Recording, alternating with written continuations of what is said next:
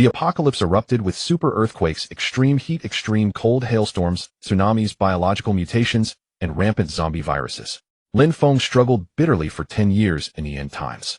When he and his companions broke into the treasure vault of Longkuei Corpse Emperor, he was betrayed by his brothers, used as bait, and had his chest pierced by a punch from Longkuei Corpse Emperor. At the moment of death, Lin Feng coughed a mouthful of blood onto the mysterious orb at the center of the treasure vault and unexpectedly reborn 1 month before the apocalypse.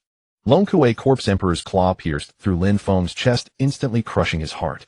Watching his comrades flee far away, Lin Feng's heart filled with endless hatred and fury. Lin Feng roared in anguish, a mouthful of blood spraying directly onto the white orb at the center of Longkuei Corpse Emperor's treasure vault, which emitted a faint, mysterious cyan glow. Soon Lin Feng's consciousness gradually faded. Resentment. I am not resigned. Whoosh. Lin Feng's body jolted suddenly, as if he had just surfaced from underwater. When he clearly saw the scene before him, he was completely stunned. This is my home. The house he had lived in before the apocalypse. I have been reborn.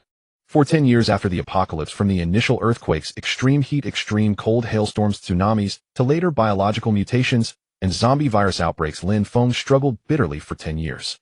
He never expected that the brothers he trusted most, who had faced fire and death with him, would sacrifice him as bait to Longkuei Corpse Emperor when facing his treasure vault and steal the treasures. Thinking of this, Lin Feng still burned with rage, trembling all over.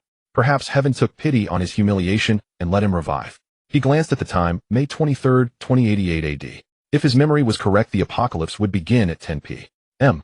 on June 23, 2088. That meant Lin Feng had exactly 1 month to prepare. Lin Feng instinctually wanted to settle accounts with those bastards who killed him, but at this time he didn't know them yet and had no way to contact them. Moreover, with only 1 month before the apocalypse, the most important thing was to stockpile supplies. After calming down, Lin Feng got up to list the supplies he needed to stockpile.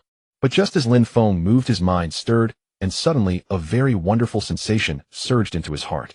In an instant, Lin Feng's consciousness seemed to connect to an immense, boundless space. Lin Feng was certain he had never possessed such a space even after 10 years of apocalypse. Though many Awakened superpowers, later space-related top-tier talents, were extremely rare. The strongest among the 10 Corpse Emperors, Longkuei Corpse Emperor, possessed space superpower. How could I have such a huge space? When Lin Feng probed the space with his spiritual power, he was utterly shocked. Even if he heard of people awakening space superpower, the largest space they could master was only the size of a football field, which was already considered enormous. But now the space Lin Feng controlled was truly boundless, seemingly without end. After repeated confirmation, Lin Feng realized he indeed possessed such a superpower space. When he tried to mentally control items into the space, he found that as long as objects were within 10 meters around him, they could be instantly pulled in without touching them. This one point alone exceeded his understanding. Lin Feng had heard that to store items in a superpower space, one had to physically touch them. Clearly, the superpower space Lin Feng now possessed was far stronger than any space superpower user he had heard of in the apocalypse. In an instant, Lin Feng was ecstatic. When he tried to further explore the space, he found himself actually stepping inside. Above his head, 3 dazzling white spheres radiated soft light. Lin Feng reached out to pluck the middle sphere. But the moment he touched the sphere, a stream of information surged into his mind, and he was instantly ejected from the space by an invisible force. The Qinquan Pearl, the supreme treasure of the spatial system. When these two phrases flashed in Lin Feng's mind, he recalled once again that when he was killed by Longkuei Corpse Emperor, his blood had splattered onto the faint blue glowing orb. Wasn't that exactly the space Qinquan Pearl? Thinking of this, Lin Feng's heart trembled again. Surely it was the miraculous power of the Qinquan Pearl that allowed him to be reborn and brought it back with him to before the apocalypse. Lin Feng continued to digest the information about the Qinquan Pearl in his mind. When he realized that the light spheres in the space were connected to the Qinquan Pearl and could serve as teleportation devices, he became extremely excited. Simply put, aside from the Qinquan Pearl, there were 2 other metallic spheres in the space that Lin Feng had seen. No matter where he placed the metal spheres, Lin Feng could use the Qinquan Pearl to directly travel from within the space to that location. Realizing this, Lin Feng's heart was filled with excitement. With such a miraculous superpower space, he could absolutely stockpile countless food and water before the apocalypse. Lin Feng stood up, first listing all the supplies needed for the apocalypse, then began sorting through all his. After all, having lived through 10 years of the apocalypse, Lin Feng no longer had a clear memory of his current property. Soon he finished organizing. After all, being an orphan, Lin Feng had only a villa left by his parents' shares in a listed company and about 15 million in cash. After calculating his assets, Lin Feng immediately checked his phone's contacts. Soon he found a familiar name, Zhang Dehai. He was the general manager of Lin's group and also a former business partner of Lin Feng's parents. Lin Feng used to respect and trust him deeply, but after the apocalypse broke out he learned that this bastard Zhang Dehai had been deceiving him all along, and his parents' accident back then was also related to him. Even though Lin Feng had killed Zhang Dehai and his son Zhang Guoqiang at the cost of severe injuries after the apocalypse, those scumbags had still lived a luxurious life for years thanks to their massive assets.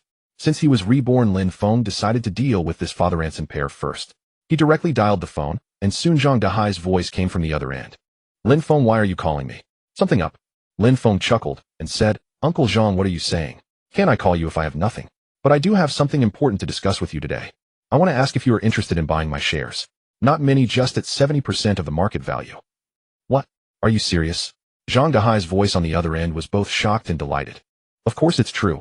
Uncle Zhang, haven't you always wanted to buy my shares? Lin Feng's voice sounded extreme. You always refused before when I wanted to buy your shares. What's changed now? Zhang Dehai still seemed somewhat To be honest, I really don't want to sell my shares. The annual dividends keep rising, and the dividends alone would let me live comfortably for life. But it's because of my girlfriend Lily. She wants me to go abroad with her, and I've been so pestered by her that I had no choice but to agree. Lin Feng put on a look of helplessness. Hearing this, Zhang Dehai on the other end of the phone burst in a hearty laugh. Lin Feng, you truly are a hero, loving a beauty more than a kingdom. But I also agree with your decision. You have no idea the pain and difficulty of running a company. Oh, I'm constantly overwhelmed. Selling your shares now is a good move. Don't worry, I'll give you a satisfactory price. Then thanks, Uncle Zhang. After saying this, Lin Feng hung up the phone without hesitation. He then called his ex-girlfriend Lu Li from his previous life. Lu Li want to go to Japan. Really? Lin Feng, why so sudden? Lu Li was surprised but happy. Of course it's true. After briefly arranging the departure time to Japan, Lin Feng began to race against time to order supplies and test his dimensional space ability. Lin Feng placed a metal ball in the living room while he stood in the bedroom. With a thought, he entered his dimensional space, and using it as a stepping stone, he appeared in the living room the next moment.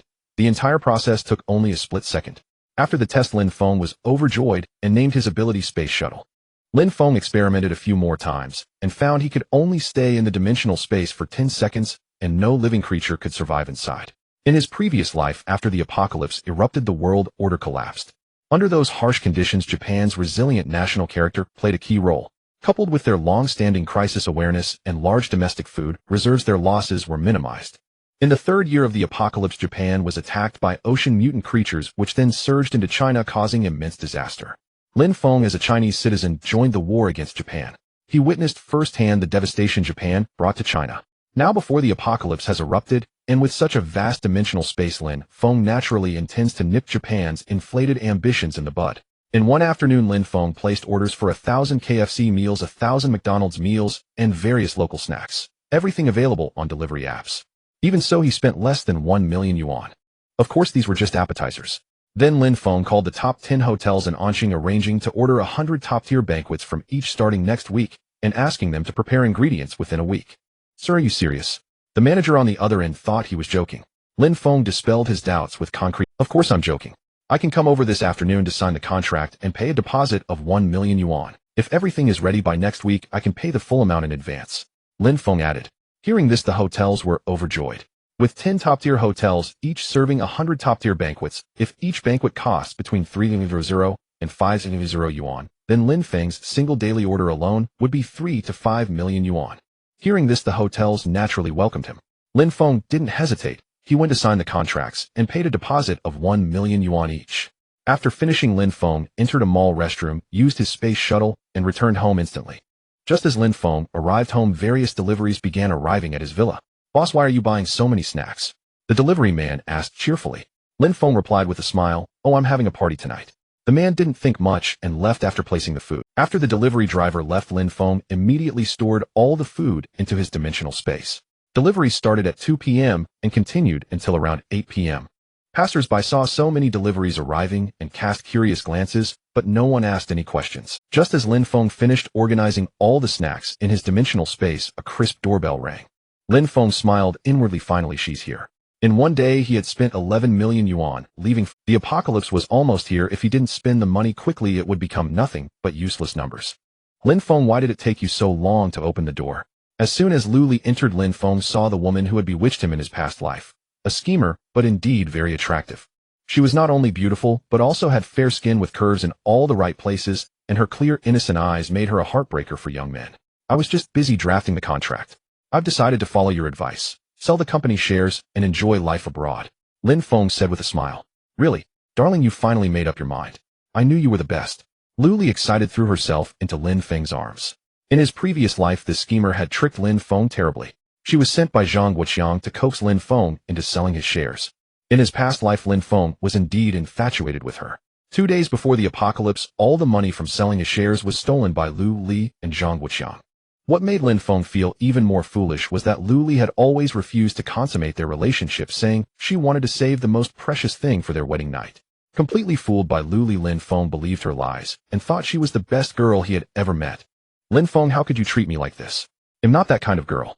Lu Li bit her lip, wearing an expression of, after all, the old Lin Feng would never have made such moves on her. Every time he attempted to advance, Lu Li would put on a tearful expression, which invariably softened his heart and kept him from stepping beyond the bounds. Lin Feng, what are you doing? Lu Li tried to free herself from his grip, but how could her strength match his? Lin Feng had also noticed that since his rebirth his body had been markedly strengthened. Lu Li struggled, but she could not break free from Lin Feng's clutches. In an instant her tears began to flow freely as if they cost nothing. Lin Feng, how could you treat me like this? I'm not that kind of girl. Lu Li bit her lip, wearing an expression of deep grievance. In the past, seeing Lu Li like this would have broken Lin Feng's heart. But now, watching her act, he could only sneer inwardly. What a performance. Aren't you my girlfriend? I'm even selling my shares to marry you. So what's the big deal? Lin Feng said, completely ignoring Lu Li's crocodile tears. There was no way he would comfort her. Lu Li was a bit surprised that Lin Feng didn't console her. But now that her ultimate goal was about to be achieved, why would she care about this small anomaly in his behavior? Lu Li did her best to soothe Lin Feng, and he knew perfectly well that she was merely playing him. Still, he pretended to be easily pacified by her sweet words, just as he always had. Just wait until you get to Ni Hongguo, then he'll teach you a lesson. Since he had already agreed to take her to Ni Hongguo, Lin Feng had no hesitation. He had even bought the plane tickets in advance. The two didn't pack much luggage and headed straight to the airport. From Anqing to Ni Hongguo, the flight took only. During the 10 years of the post-apocalyptic world, Lin Feng had learned 3 foreign languages, including the language of Ni Hongguo, through interactions with surviving supernatural beings from other countries. His spoken pronunciation was so standard that if one didn't know he was from Xiagua, they might have taken him for a native of Ni Hongguo based solely on his accent. Lin Feng, how do you know the language of Ni Hongguo? Lu Li was also surprised by his fluency. Lin Feng smiled and reached out to wrap his arm around her waist. Aren't we going abroad to enjoy life? I practiced day and night for it. Pretty impressive, huh? Yeah, amazing. Lu Li offered a timely compliment. Lin Feng did not dwell on this topic with Lu Li. Instead, he quickly found the 5-star hotel he had booked online. Even though it was already midnight, the entire city was still bustling and lively.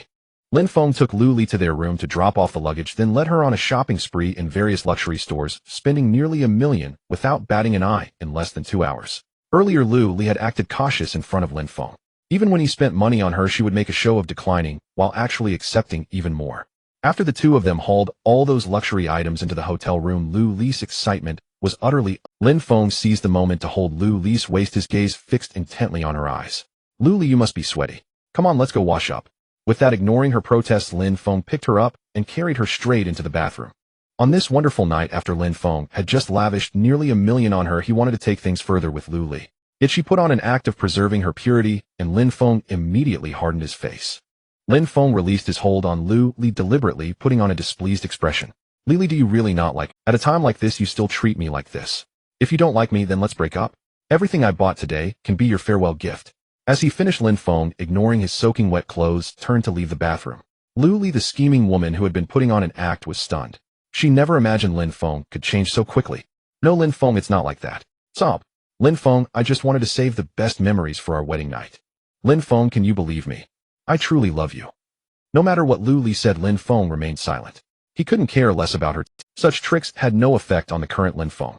Just as Lin Feng was about to walk away, Lu Li finally couldn't keep up the act. After all the effort she had put in, if she were to fail at the last moment, she would never forgive herself. And Zhang Guoqiang would never let her off either. Lin Feng. Lu Li suddenly cried out, shifting from her pitiful look to a coquettish one as she threw her arm. Lin Feng, believe me, I truly love you, I do. A smile curved at the corner of Lin Feng's mouth as he lifted her up in his arms. The next morning, Lin Feng woke up feeling energetic. Without a shred of tenderness, he spat. In my past life, I was blind to be led around by the nose by a slut like you. Lin Feng looked at Lu Li before him, a cold sneer curling on his lips. At dawn in the largest state-owned bank of Inqing Neon Country, Lin Feng appeared early in the morning, holding a suitcase in his hand. "Hello, how may I assist you?" The approaching figure was a front desk clerk from Sakura Country, her appearance exceptionally sweet and adorable. Seeing her, Lin Feng smiled. "Hello, I'd like to deposit something. This is an heirloom left by my mother. I intend to store it in your bank safe deposit box at the highest security level for a month," Lin Feng stated. Hearing this, the young lady smiled at him and led him to proceed with the transaction. Lin Feng's gaze swept around the vicinity a few times.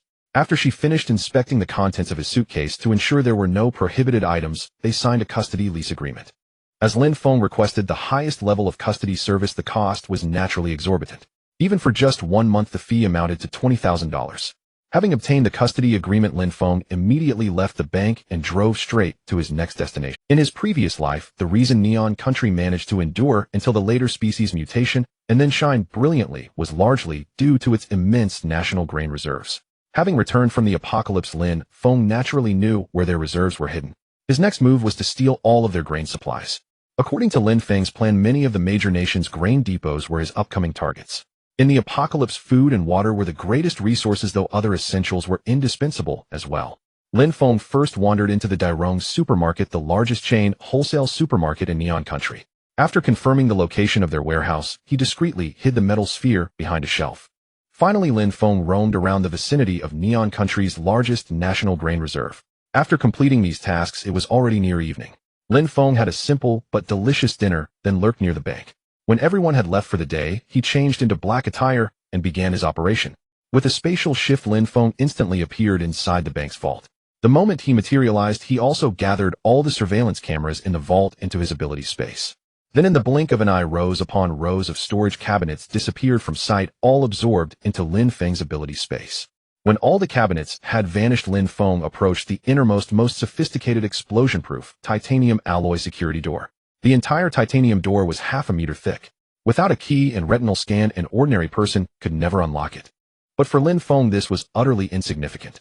He stood before the door, opened his ability space directly, and swallowed the entire titanium alloy security door into it. Lin Feng wasn't just stealing the treasures inside. He had also carried off the entire titanium door. The instant the door disappeared, a blinding glare nearly dazzled his eyes. Seeing the mountains of gold piled before him, Lin Feng felt an overwhelming surge of excitement. He had long known that the underground vault of Neon Country's national bank held nearly half of the country's gold reserves, yet witnessing nearly 300 tons of gold still stirred his heart. Considering the current gold price of $600 per gram, this gold was worth a staggering 180 billion Xia dollars. After a brief moment of astonishment, Lin Feng wasted no time. He rushed forward like a whirlwind and swiftly stored all 300 tons of gold into his space. Since he had already come to the vault, Lin Feng naturally intended to loot it completely. 2 other titanium alloy security doors stood nearby. He repeated the same method, emptying the mounds of neon currency and stacks of silver within. Lin Feng roughly estimated that the cash in these 2 vaults alone amounted to 200 billion neon dollars, equivalent to 10 billion Xia dollars. After plundering the vault, Lin Feng executed another spatial shift, transporting himself directly into the Dirong supermarket. He retrieved the metal sphere and immediately disabled the store's surveillance system. Then came another moment of relentless harvesting. Rows of shelves along with all their merchandise were swept clean by Lin Feng, and naturally the goods in the vast warehouse did not escape his grasp. It took Lin Feng a full hour to completely ransack the supermarket and its warehouse. It was already 3 and after leaving Dirong's supermarket, Lin Feng did not immediately head for the largest grain storage site. Neon Country's main grain depots were located in 3 separate places, but Lin Feng possessed only 2 metal spheres. Simultaneously eliminating all 3 granaries was naturally difficult. However, for Lin Feng, plundering 2 of the granaries would already be sufficient. The glorious scene of Neon Country during the apocalypse would never reappear. After the apocalypse erupted, the surviving people of Neon Country would still be of great use to him. He couldn't let them all perish at once. Having ransacked Dirong's supermarket, Lin Feng promptly returned to the hotel. Having not eaten any food all day, Lu Li in the room was both hungry and terrified. She couldn't understand why she had been tied up after waking up and Lin Feng was nowhere to be found. Lin Feng walked over and untied the ropes and tape binding Lu Li. "Lin Feng, have you lost your mind? Why did you treat me like this?" After a day of sheer terror, Lu Li threw caution to the wind and reproached him. Lin Feng chuckled, glanced at her, and then opened the suitcase. Lu Li, who had been berating Lin Feng a moment ago, froze when she saw the contents of the suitcase. The entire case was filled to the brim with money and jewelry. "Lu Li, I tied you up because I was afraid you'd run off. I spent the whole day preparing these gifts for you. You won't blame me, will you? Lin Feng said with a smile. No, of course not. Lin Feng, I love you the most. All her resentment dissipated and her eyes widened as she stared at the jewelry and cash in the suitcase. The jewels and neon currency combined were worth at least $1 million. You haven't eaten all day, you must be Lin Feng said with a smile, took the cake from the bag and smeared it on his own body. Come eat. After a long night, Lin Feng was thoroughly exhausted. He slept until nearly noon, then changed clothes and set off towards the 2 nearest granaries. Along the way, Lin Feng used his phone to search for news online. Apparently, the incident where Lin Feng emptied the underground vault of the Neon Country's national bank last night had not been exposed yet. After all, this matter was too huge with severe repercussions that could easily shake public confidence. As for the news of the Derong supermarket being cleared out overnight, it was rife with speculation and caused a stir on the internet. Many citizens went to the supermarket early in the morning only to find it completely empty. Such an event could not be concealed. While the uproar raged across Neon Country's cyberspace, Lin Feng had already rented a car and made a circuit around the granary area. After half a day, Lin Feng hid 2 metal spheres about 1 kilometer from the granaries. He then went to the trading market in Neon Country, leased a warehouse covering over 1,000 square meters, and also found an agent. This agent was an acquaintance from Lin Feng's past life, one of the comrades who had betrayed him while infiltrating the Dragon Emperor Corpse Emperor's treasure vault. Upon seeing the man named Fujiwara, Lin Feng nearly lost control of his fury. Fortunately, he managed to suppress his rage and instead displayed a very amiable smile. Sir, you wish to hire me as your agent. What may I help you with?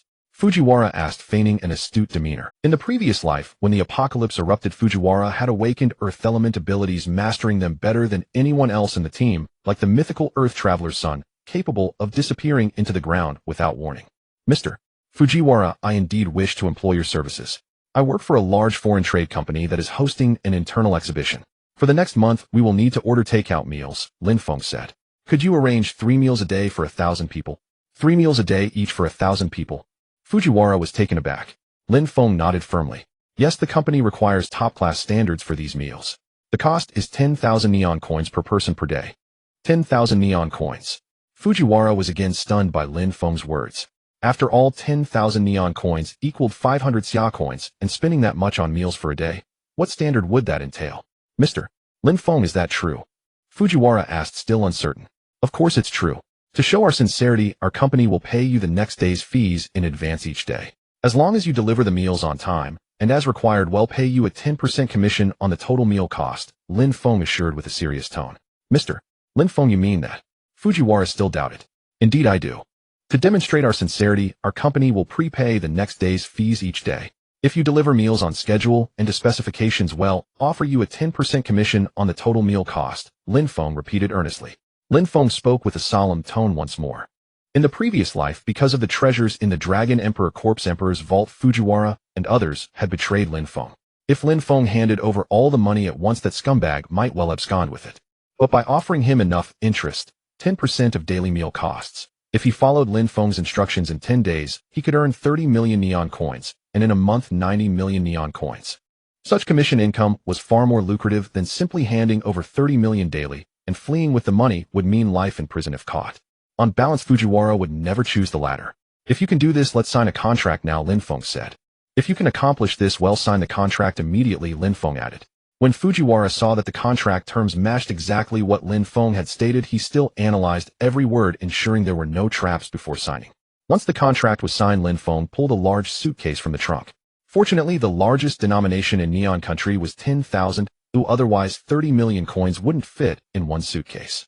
Seeing Lin Feng bring out so much cash, Fujiwara was ecstatic. He promised to deliver the meals to the designated location the next day and then hurried off to prepare. After handling these matters, Lin Feng saw that time was running short. He first hid the rented car. When darkness fell, he went to the first hiding spot for the metal sphere and dug it out. Then, using a drone, he carried the metal sphere towards the granary. Soon he guided the drone to land on the roof of the granary at a precise spot. Next, Lin Feng used space shift to appear on the granary roof, then tossed the metal sphere into a ventilation hole. Before it hit the ground, he space shifted again, this time into the granary, catching the sphere in his hand. Seeing the granary packed to the brim with grain, Lin Feng wasted no time. He opened his spatial ability and swept all the nearby grain into his storage. Lin Feng repeated the process, taking a full hour to empty the first granary. Then he used space shift to reach the hiding spot of the second metal sphere. Using the same method, he spent another hour and a half to clear the second granary. the largest of Neon Country's 3 major granaries. After finishing, Lin Feng's heart overflowed with joy. Just as he made his final space shift to escape from the granary upon landing, he staggered and nearly collapsed to the ground. His spatial power was depleted. His mind grew dizzy, as if he might faint at any moment. Gritting his teeth, he forced himself to stay upright, and barely managed to find the car. The car started quickly and sped towards downtown Sakura City. When Lin Feng awoke, the entire upper echelons of Neon Country were in chaos, on the verge of collective insanity. Damn it, what the hell is going on? Where did all the grain from our granary go? And what about our reserve gold? The sovereign of the Neon Country was now in a thunderous rage, berating the high-ranking officials who could command wind and rain in the nation. Spittle flew as he shouted, drenching their faces. Your Majesty, we have formed an investigation team. We will identify the culprit as quickly as possible and recover all the lost grain and gold, one of them immediately declared. Bastard, go and investigate now. They'll give you 3 days. If you can't bring everything back, you'll come with your head, the sovereign roared. The others, seeing this, were silent as cicadas in winter, not daring to move a muscle before the sovereign. The culprit responsible for this catastrophe finally awoke in the car. Lin Feng immediately looked around, confirming that the car was parked by the roadside, and only then did he relax. In his past life, Lin Feng had never mastered spatial power, nor did he understand how much spatial energy was consumed by spatial teleportation. From his performance last night, when spatial power was abundant, Lin Feng could perform 20 consecutive spatial teleportations. Once that limit was exceeded, he would end up like last night, nearly collapsing from spatial energy depletion. He sensed his spatial power again. After a night's rest, it had recovered 60%. For any superpowered individual, after consuming their abilities, a period of rest would allow for natural recovery. Of course, there were other ways to hasten recovery. If he refrained from using spatial teleportation during the day, by nightfall his spatial power would be fully restored. He glanced at the time. It was now 6:30 in the morning. In half an hour he was scheduled to deliver meals. Without hesitation, Lin Feng drove straight to the warehouse. When he arrived, he waited less than 5 minutes before Ting Yuanyi arrived with a massive convoy. 5 small trucks in total, carrying 1,000 portions of nutritious breakfast. Lin Feng quickly inspected one portion. It included eggs, milk, fruit, and pastries. Most importantly, it was light, nutritious, and delicious. This pleased him greatly. Mr. Ting Yuanyi, you've done an excellent job. Our company will surely be very satisfied with this breakfast. Lin Feng praised. Hearing this, a stone lifted slightly from Ting Yuanyi's heart. Mr. Lin Feng, you have no idea how much effort I put into securing 1,000 portions. I used every connection I had and enlisted 2 agents to help me finally get it done. Ting Yuanyi said with a smile. This proves that your capability is truly trustworthy. If today's meals satisfy our company, I will recommend to them that all future fruit and snack procurement be entrusted to you, Mr. Ting Yuanyi. Are you interested? Lin Feng continued. Lin Feng still had 200 billion neon yen in his space. Even with the frenzied stockpiling of meals, he could barely spend a fraction of that amount. In less than a month, he could only spend about 10 billion neon yen. If he could massively stockpile other foods without appearing personally, Lin Feng would be delighted. Interested? Of course I'm interested. Ting Yuanyi nodded repeatedly. He would never let such a profitable opportunity slip away. All right, after today's meals are delivered, I'll make the recommendation to the company. Thank you so much, Mr. Lin Feng. After the 1,000 breakfast portions were unloaded, Ting Yuanyi left. Seeing no one around, Lin Feng directly stored all the meals into his spatial ability, arranging them neatly. After that, he drove back to the hotel. Lin Feng, where did you go? Why did you tie me up again? But who do you know how I've been all day? Luli. Lin Feng, where did you go? Why did you tie me up again? But who do you know how I've been all day? Luli. When he returned his gaze toward Luli, still held a hint of disdain. Luli naturally noticed it and looked pitiful. I've already washed myself clean. It's your fault for tying me up all day. How could I hold it in? As she said this, she seemed about to burst into tears. Lin Feng raised a hand to stop her. Order room service for yourself. I'm going to sleep first, he said to Luli. With that, he drifted back into slumber. When he woke the next day, Luli was still in bed, sleeping like a log. Ignoring her, he wrapped her in the blanket and then checked his spatial ability. But as he looked around, he suddenly discovered a shocking problem. Where's the gold? Where did those 300 tons of gold go? Lin Feng had practically turned his psionic space upside down, yet he found no trace of gold at all. Could the gold have vanished into thin air like that? Lin Feng's head buzzed faintly. After checking again, he was certain that the 300 tons of gold he had stolen had disappeared without a trace. Lin Feng clearly remembered that when he had collected the 1,000-person breakfast this morning, he had still seen the gold. Yet now it was all gone. He checked again, the silver was still there, only the gold had vanished. Upon reflection, the amount of gold he had seen in the morning seemed off, far less than what he had stored earlier. Back then, Lin Feng had been utterly exhausted and eager to return to the hotel to rest, so he hadn't paid much attention. Little did he expect that upon waking the gold would have completely disappeared. Lin Feng continued to inspect every area in his psionic space where supplies were stored, yet he could find not a single clue. Just as he stopped searching for the gold and turned to observe anomalies within the psionic space, he suddenly spotted a patch of land about 300 mu in size, emitting a faint glow nearby the storage area. Upon discovering this, Lin Feng felt a vague conviction that this area must be connected to the vanished gold. However, aside from a faint golden shimmer on the soil, he found nothing else unusual. After much deliberation, Lin Feng concluded that this plot must be extraordinary. He took some seeds and scattered them on 2 pieces of land in his psionic space, one on the golden glowing soil and the other on ordinary soil. Lin Feng wanted to know if the golden soil was truly different. Then he resumed examining his haul. A mountain of grain, definitely over 5 million tons. Moreover, the grain was of the highest safety grade, entirely free of genetically modified ingredients, meaning it could all be used as seeds. The Neon country publicly claimed only 2 million tons of grain reserves, but in reality their national reserves exceeded 8 million tons. This was the very foundation that allowed the Neon country to turn the tide during the apocalypse in his past life. However, now that Lin Feng had severed this advantage, they could no longer accumulate strength as they had before. Next, Lin Feng saw nearly 300 tons of various snacks and staples, about 1,000 tons of fruits and vegetables, roughly 8,000 tons of frozen meats, and around 30 tons of cooking oils, salt, and sauces. Moreover, all kinds of daily necessities and home appliances were available in abundance. After all, Dei Supermarket claimed to be the largest and most comprehensive supermarket in the Neon country. Lin Feng had directly lifted the entire Dei Supermarket along with its warehouse, so the loot was naturally dazzling and diverse. Lin Feng finished sorting and categorizing everything. Glancing at the time, it was nearly noon. With a spatial shift, he returned to the warehouse. After waiting for over 10 minutes, Fujiwara no brought the lunch. Lin Feng gave it a rough inspection. Indeed, a wide variety, all of fine quality. In the afternoon, Lin Feng reconnoitered the terrain once more. Next on his list was his final target in the Neon country, something indispensable for the apocalypse: oil. To this day, the Neon country still possessed the world's largest petroleum reserves, reaching a staggering over 800 million barrels of crude oil. Lin Feng had long known the locations of the underground oil storage facilities in the Neon country. However, oil had always been a strategic resource, and such nationally vital materials were under extremely tight surveillance. Especially after the absurd and mysterious disappearance of grain from the 2 major granaries overnight, the Neon country had tightened the watch over such critical strategic resources far more than before. Extracting the crude oil from the Neon country would be no simple task, but Lin Feng was in no hurry. Such goods could be taken later just as well. On the first day, the transaction between Lin Feng and Fujiwara no concluded, and the meals Fujiwara no delivered left Lin Feng fully satisfied. That evening, Lin Feng directly increased the payment to 33 million neon dollars, including meal costs, and Fujiwara no's commission, raising it to 55 million neon dollars. The extra 20 million was for purchasing various fruits and snacks. Upon receiving such a massive order, Fujiwara no was so thrilled he knelt before Lin Feng. "You deserve all this. If possible, could you add another 500 servings of meals per day?" Lin Feng asked again. "I will do my utmost." Fujiwara no now regarded Lin Feng as his benefactor. After all, cooperating with Lin Feng for a month would earn him over 100 million neon dollars, a rarity in the trading world. Such fortune falling into his lap filled him with delight. Keep up the good work. I'm counting on you." Lin Feng patted Fujiwara no on the shoulder, looking as if he held great expectations.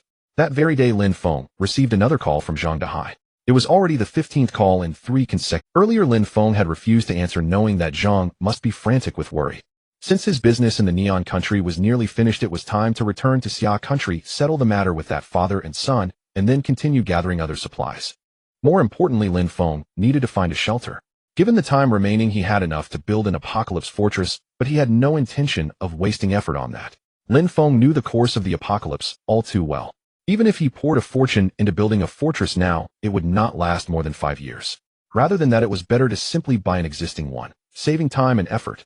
When he came, Lin Feng had brought Luli along. But now, as he prepared to return to his country, he did not inform her and boarded the flight home alone. Not only that, but he also retrieved the jewelry and cash he had earlier placed in the hotel, as if for Luli. There was no way Lin Feng would let that wretched woman Luli benefit from them. When Lin Feng set foot on the soil of Incity again, Zhang Dahai's 16th call came through. This time Lin Feng answered without hesitation. The moment the call connected, Zhang Dahai's furious voice rang out from the other end. "Lin Feng, you finally deigned to pick up? What do you mean by this? Are you deliberately avoiding me?" "Umph." Hearing Zhang Dahai's roar, Lin Feng put on an apologetic tone. "Uncle Zhang, it's all my fault. Lily insisted I take her to the Neon Country for a few days, so the matter got delayed. But rest assured I'm back now, and will come to sign the contract right away. After hanging up, a sinister smile curled at the corner of Lin Feng's lips. After returning to In-City, Lin Feng first called Zhang Dehai, and others then proceeded to contact the previously arranged top 10 hotels of In-City once more. Lin Feng declared so. Hearing that Lin Feng had suddenly moved the timeline forward by 3 days, the top 10 hotels all found themselves. Lin Feng declared so. Hearing that Lin Feng had suddenly moved the timeline forward by 3 days, the top 10 hotels all found themselves in a very difficult position. Since this is a temporary advancement and an increase in banquet numbers, the price will be raised by 20% on the original basis. No problem, right? Lin Feng said with a smile. Hearing this, the general managers and owners of the top 10 hotels all readily agreed. Although the timeline was incredibly tight, leaving them almost no breathing room, how could they refuse when this single month could yield nearly an entire year's profit? Thus, Lin Feng promised to transfer half the payment into their accounts before they delivered the food the next day. The owners of the top 10 hotels were overjoyed and began actively mobilizing supplies for items unavailable in In-City. They promptly arranged shipments from other provinces. Of course, it wasn't just the top 10 hotels in In-City. Lin Feng also contacted every hotel he could reach at this stage, naturally slinging large orders their way. After finishing the calls, Lin Feng headed directly to Zhang Dehai's home. Zhang Dehai lived in a luxurious villa district in the city center, where each villa was worth over 100 million and his own villa was valued at more than 300 million, the undisputed king of the entire district. Moreover, the villa was built to withstand an 8-magnitude earthquake. Even after the apocalypse descended in his past life, Zhang Dehai's villa suffered only minor damage. Uncle Zhang. As soon as Lin Feng arrived, he smiled at Zhang Dehai. Seeing Lin Feng approach, both Zhang Dehai and Zhang Guoqiang were present, their faces brimming with unusual delight. They clearly regarded Lin Feng as a fat sheep to be fleeced. Seeing this, Lin Feng also smiled. Go ahead and laugh. When the time comes, you'll regret it. Lin Feng, we've been waiting a long time. The contract is already drafted. Take a look, Zhang Dehai said with a Lin Feng took the contract, and when he saw the amount, his face deliberately stiffened. Uncle Zhang, this figure doesn't seem right, does it? My family holds 30% of the company's shares. At the current price, it should be 3 billion. Even at a 30% discount, you should at least give me 2 billion, right? But the contract only shows 1.2 billion. That's a bit too little, Lin Feng said. Hearing Lin Feng's words, Zhang Dehai immediately put on a deeply troubled expression, then sighed heavily and said, Lin Feng, you have no idea how bad the company's operations really are. The accounts shown to other shareholders are just for show. The figures look impressive, but the reality is entirely different. I'm telling you this because I consider you family, and this 1.2 billion is the highest price I can offer. If someone else were buying, they wouldn't even give you 1 billion.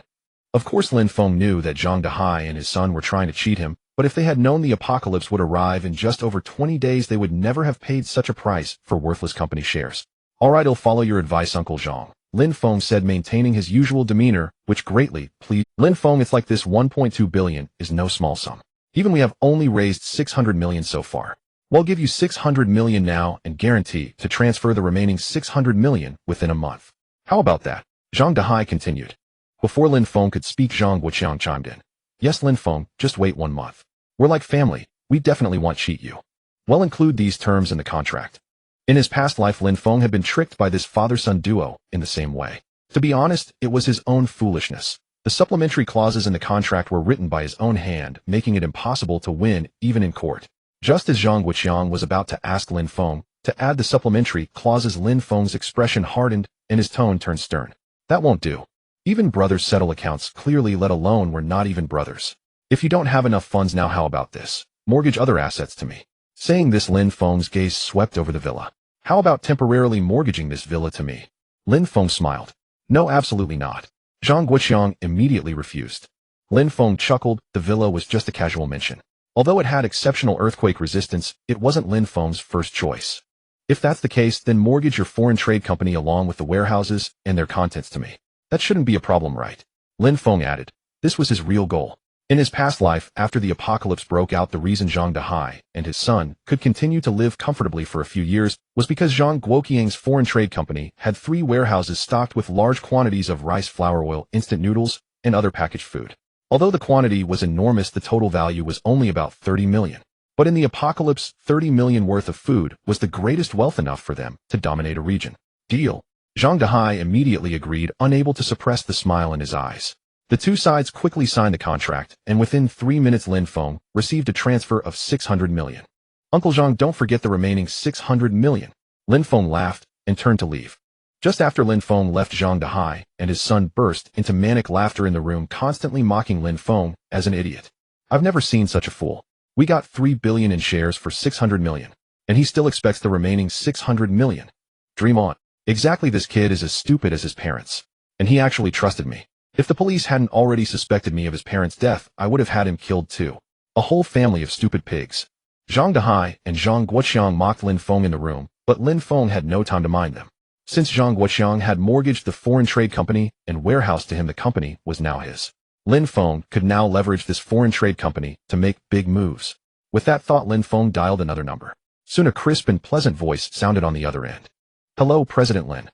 Li Shuer was an employee of the Qin Corporation, and with her exceptional abilities, she had risen directly to the position of department manager. After the apocalypse broke out, a delicate woman like Li Shuer did not awaken her supernatural powers immediately. By a twist of fate, she sought refuge by Lin Feng's side, becoming the first woman he obtained in the post-apocalyptic world. However, she was later attacked by rioters and killed in the chaos, a pain that had always lingered in Lin Feng. If Li Shuer hadn't tried to warn Lin Feng and urge him to escape, she wouldn't have met such a tragic end. Now that he had been reborn, Lin Feng certainly couldn't let her down.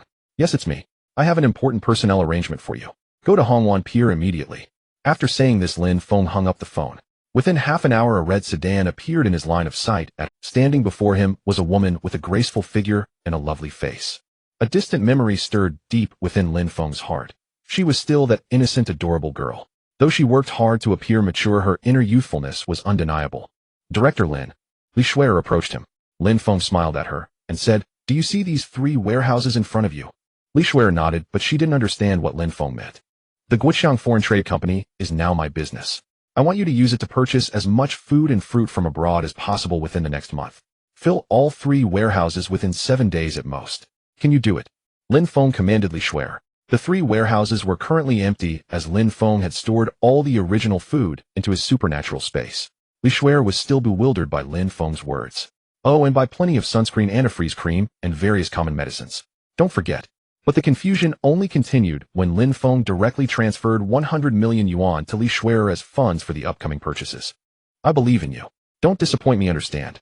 Call me immediately once the 3 warehouses are full. It's getting dark now. You can head back first. With that, Lin Feng patted Li Shuer on the shoulder and turned to Director Lin. Director Lin. By the time Lin Feng had left, Li Shuer finally snapped back to reality. But no matter how much she called out, Lin Feng had already disappeared from her sight. Back in his old villa with half an hour left before Fujiwara Yi delivered 1,000 servings of dinner, Lin Feng decided to inspect the pale yellow soil in his space. When he saw the golden soil shimmering with a faint golden light in his supernatural space, he was stunned. He had sown 2 batches of seeds. Those on the other plot showed no signs of life, but the seeds on the golden soil had already begun to crack open. In particular, the vegetable seeds had even sprouted tiny shoots. Seeing this, Lin Feng was overjoyed. During the apocalypse, after earthquakes, extreme heat, and extreme cold, over 90 of plants on the surface had died. The climate made farming nearly impossible. Although wood-type superpower users later allowed some cultivation, large-scale planting remained extremely difficult. Lin Feng now had 300 acres of land, meaning 1 ton of gold could reclaim 1 acre of his supernatural space for farming. Realizing this, Lin Feng shouted with excitement in the villa. What did this mean? It meant he would have an endless supply of food and would hold absolute initiative and power after the apocalypse. But 300 acres alone were far from enough. Lin Feng wanted more, at least thousands or even tens of thousands of acres of golden land. While in his excitement, he continued to explore the interior of his supernatural space and soon noticed another difference. A very faint shadow appeared where the space's Qinquan pearl hovered. A metal sphere. Another new metal sphere was about to appear. Seeing this, Lin Feng was thrilled again, a wave of inexplicable happiness washing over him. He had been wondering how to continue scavenging supplies abroad, as 2 metal spheres were too few. If he could get a third, this problem might be solved. Lin Feng continued searching his supernatural space. The appearance of the 3rd sphere must be related to the supplies inside. The first thought that came to his mind was the silver originally piled in the space, at least 10 tons. He had clearly seen it stacked there during the day, but now it had vanished completely. Seeing this confirmed his hypothesis. Gold could be used to develop golden land for farming, while silver could be absorbed by the space to produce new metal spheres. After making these discoveries, Lin Feng was in high spirits. He searched the space again and found no other changes, so he used a spatial shift to appear directly in the huge warehouse in Japan. Within 10 minutes, a fleet of vehicles appeared grandly before him. When Fujiwara Yi delivered 1,000 servings of dinner, Lin Feng showered him with praise. This time the delivery included not only food, but also various fruits and snacks. Fujiwara Yi now had less than 4 hours of rest each day, spending the rest of his time working at full speed to mobilize various foods for Lin Feng. Such intense labor was naturally exhausting, but when he saw Lin Feng directly hand over a suitcase full of cash, all his fatigue seemed to vanish. "Wait, Mr. Fujiwara, does your company handle precious metal brokerage?" Lin Feng asked with a smile. "Are you considering investing in precious metals, Mr. Lin?" Fujiwara Yi asked with dark circles under his eyes. Lin Feng smiled faintly. "Indeed, the thought has crossed my mind. But would you be interested, Mr. Fujiwara? How much do you need?" When asking this, Fujiwara Yi had already steeled himself. Given Lin Feng's behavior so far, his appetite was certainly enormous. "At least 100 tons, but the more the better. We can pay a 10% deposit in advance. Full payment will be made upon delivery. If the first cooperation goes well, pay the full amount up front for the second purchase." Lin Feng added, dropping a bombshell equivalent to a megaton into Fujiwara Yi's heart. After hearing Lin Feng's request, Teng Yuanya was also greatly encouraged in his heart. As for the compensation Lin Feng offered, it remained the same as before, a 10% commission upon successful completion. "Mr. Lin Feng, is what you said really true?" Teng Yuanya was still somewhat skeptical of Lin Feng's word. Lin Feng nodded heavily. "Of course it's true. Could it be that you, Mr. Tenjiwani, are now doubting the strength of our company? Let me tell you, these are all strategic plans of our company. You must not disclose this to anyone else, otherwise our company will never cooperate with Mr. Tenjiwani again, and will hold you responsible for leaking secrets." Especially when he said the latter part, Lin Feng's attitude was very serious, which made Tenjiwani extremely cautious and aware that Lin Feng was definitely not joking with him. 100 tons of silver. Can you manage it?" Lin Feng asked again. "How much time do we have?" Tenjiwani inquired. "How much time do you need?" "About a month," Tenjiwani said after a moment's deliberation. Upon hearing this, Lin Feng thought, waiting a whole month? Do I really need you? No, at most half a month. And 100 tons of silver is only the first batch, more might be needed later," Lin Feng added. Hearing Lin Feng's words, Tenjiwani immediately became very excited. "All right, half a month it is." After their conversation, Lin Feng stored the meal into his supernatural space, and then teleported back to his home in City. Now Lin Feng's space contained nearly 200 billion neon coins. If he wanted to deposit all of this money into the bank, it would be very difficult for him alone. Moreover, Lin Feng planned to purchase more supplies in the future, and it was obviously impossible to use cash for every transaction. Soon Lin Feng contacted a professional agent who had previously been collaborating with Lin's company. "I need to deposit a large amount of foreign currency into an account. Can you handle it?" Lin Feng got straight to the point. "How much is there?" The other party asked again. 200 billion neon coins. "What? How much?" The other party was greatly astonished. Although Lin Feng was indeed a rich second generation, the fact that he possessed such a huge amount of foreign currency still shocked the other party. Before the other party could ask, Lin Feng explained, "My parents were originally the presidents of Lin Group. I only just discovered this large amount of foreign currency stored in the basement. I have no idea why they kept so much money." Lin Feng's explanation, though somewhat far-fetched, was all the more believable because of its absurdity. "Young Master Lin, I will contact the bank manager immediately, and they will come to meet with you," the other party added. Lin Feng smiled. This way things would be even easier. Lin Feng went directly to the basement of his house and took out all the remaining neon coins he had stored in his supernatural space, filling the entire basement. When the bank personnel arrived and saw such a huge amount of neon coins, they were also shocked beyond words. After some negotiation between Lin Feng and the other party, they agreed to convert these neon coins into 2.8 billion Xia coins and 1.2 billion Dao coins. However, because the amount was so massive, they needed 3 days to apply to higher authorities. Lin Feng naturally did not mind this. He agreed directly and signed the agreement. Over the next half-month, Lin Feng spent every day researching his supernatural space and purchasing large quantities of supplies, while also ordering every single snack from the nearby places. During this time, all the Xia coins and Dao coins that Lin Feng had previously exchanged at the bank had also been deposited into his account. To avoid arousing suspicion, Lin Feng even placed nearly 1,000 takeout orders every day at several locations, which truly kept him very busy. Nevertheless, this busyness also made Lin Feng very satisfied. When the apocalypse arrived, just the takeout orders from this single day could attract a large number of followers to him. As for Li Shuer, her performance over the past half-month had also been very good. Lin Feng had emptied the warehouse twice in a row. The 100 million that Lin Feng had previously given to Li Shuer had now been spent half. Lin Feng directly gave Li Shuer a bonus of 2 million.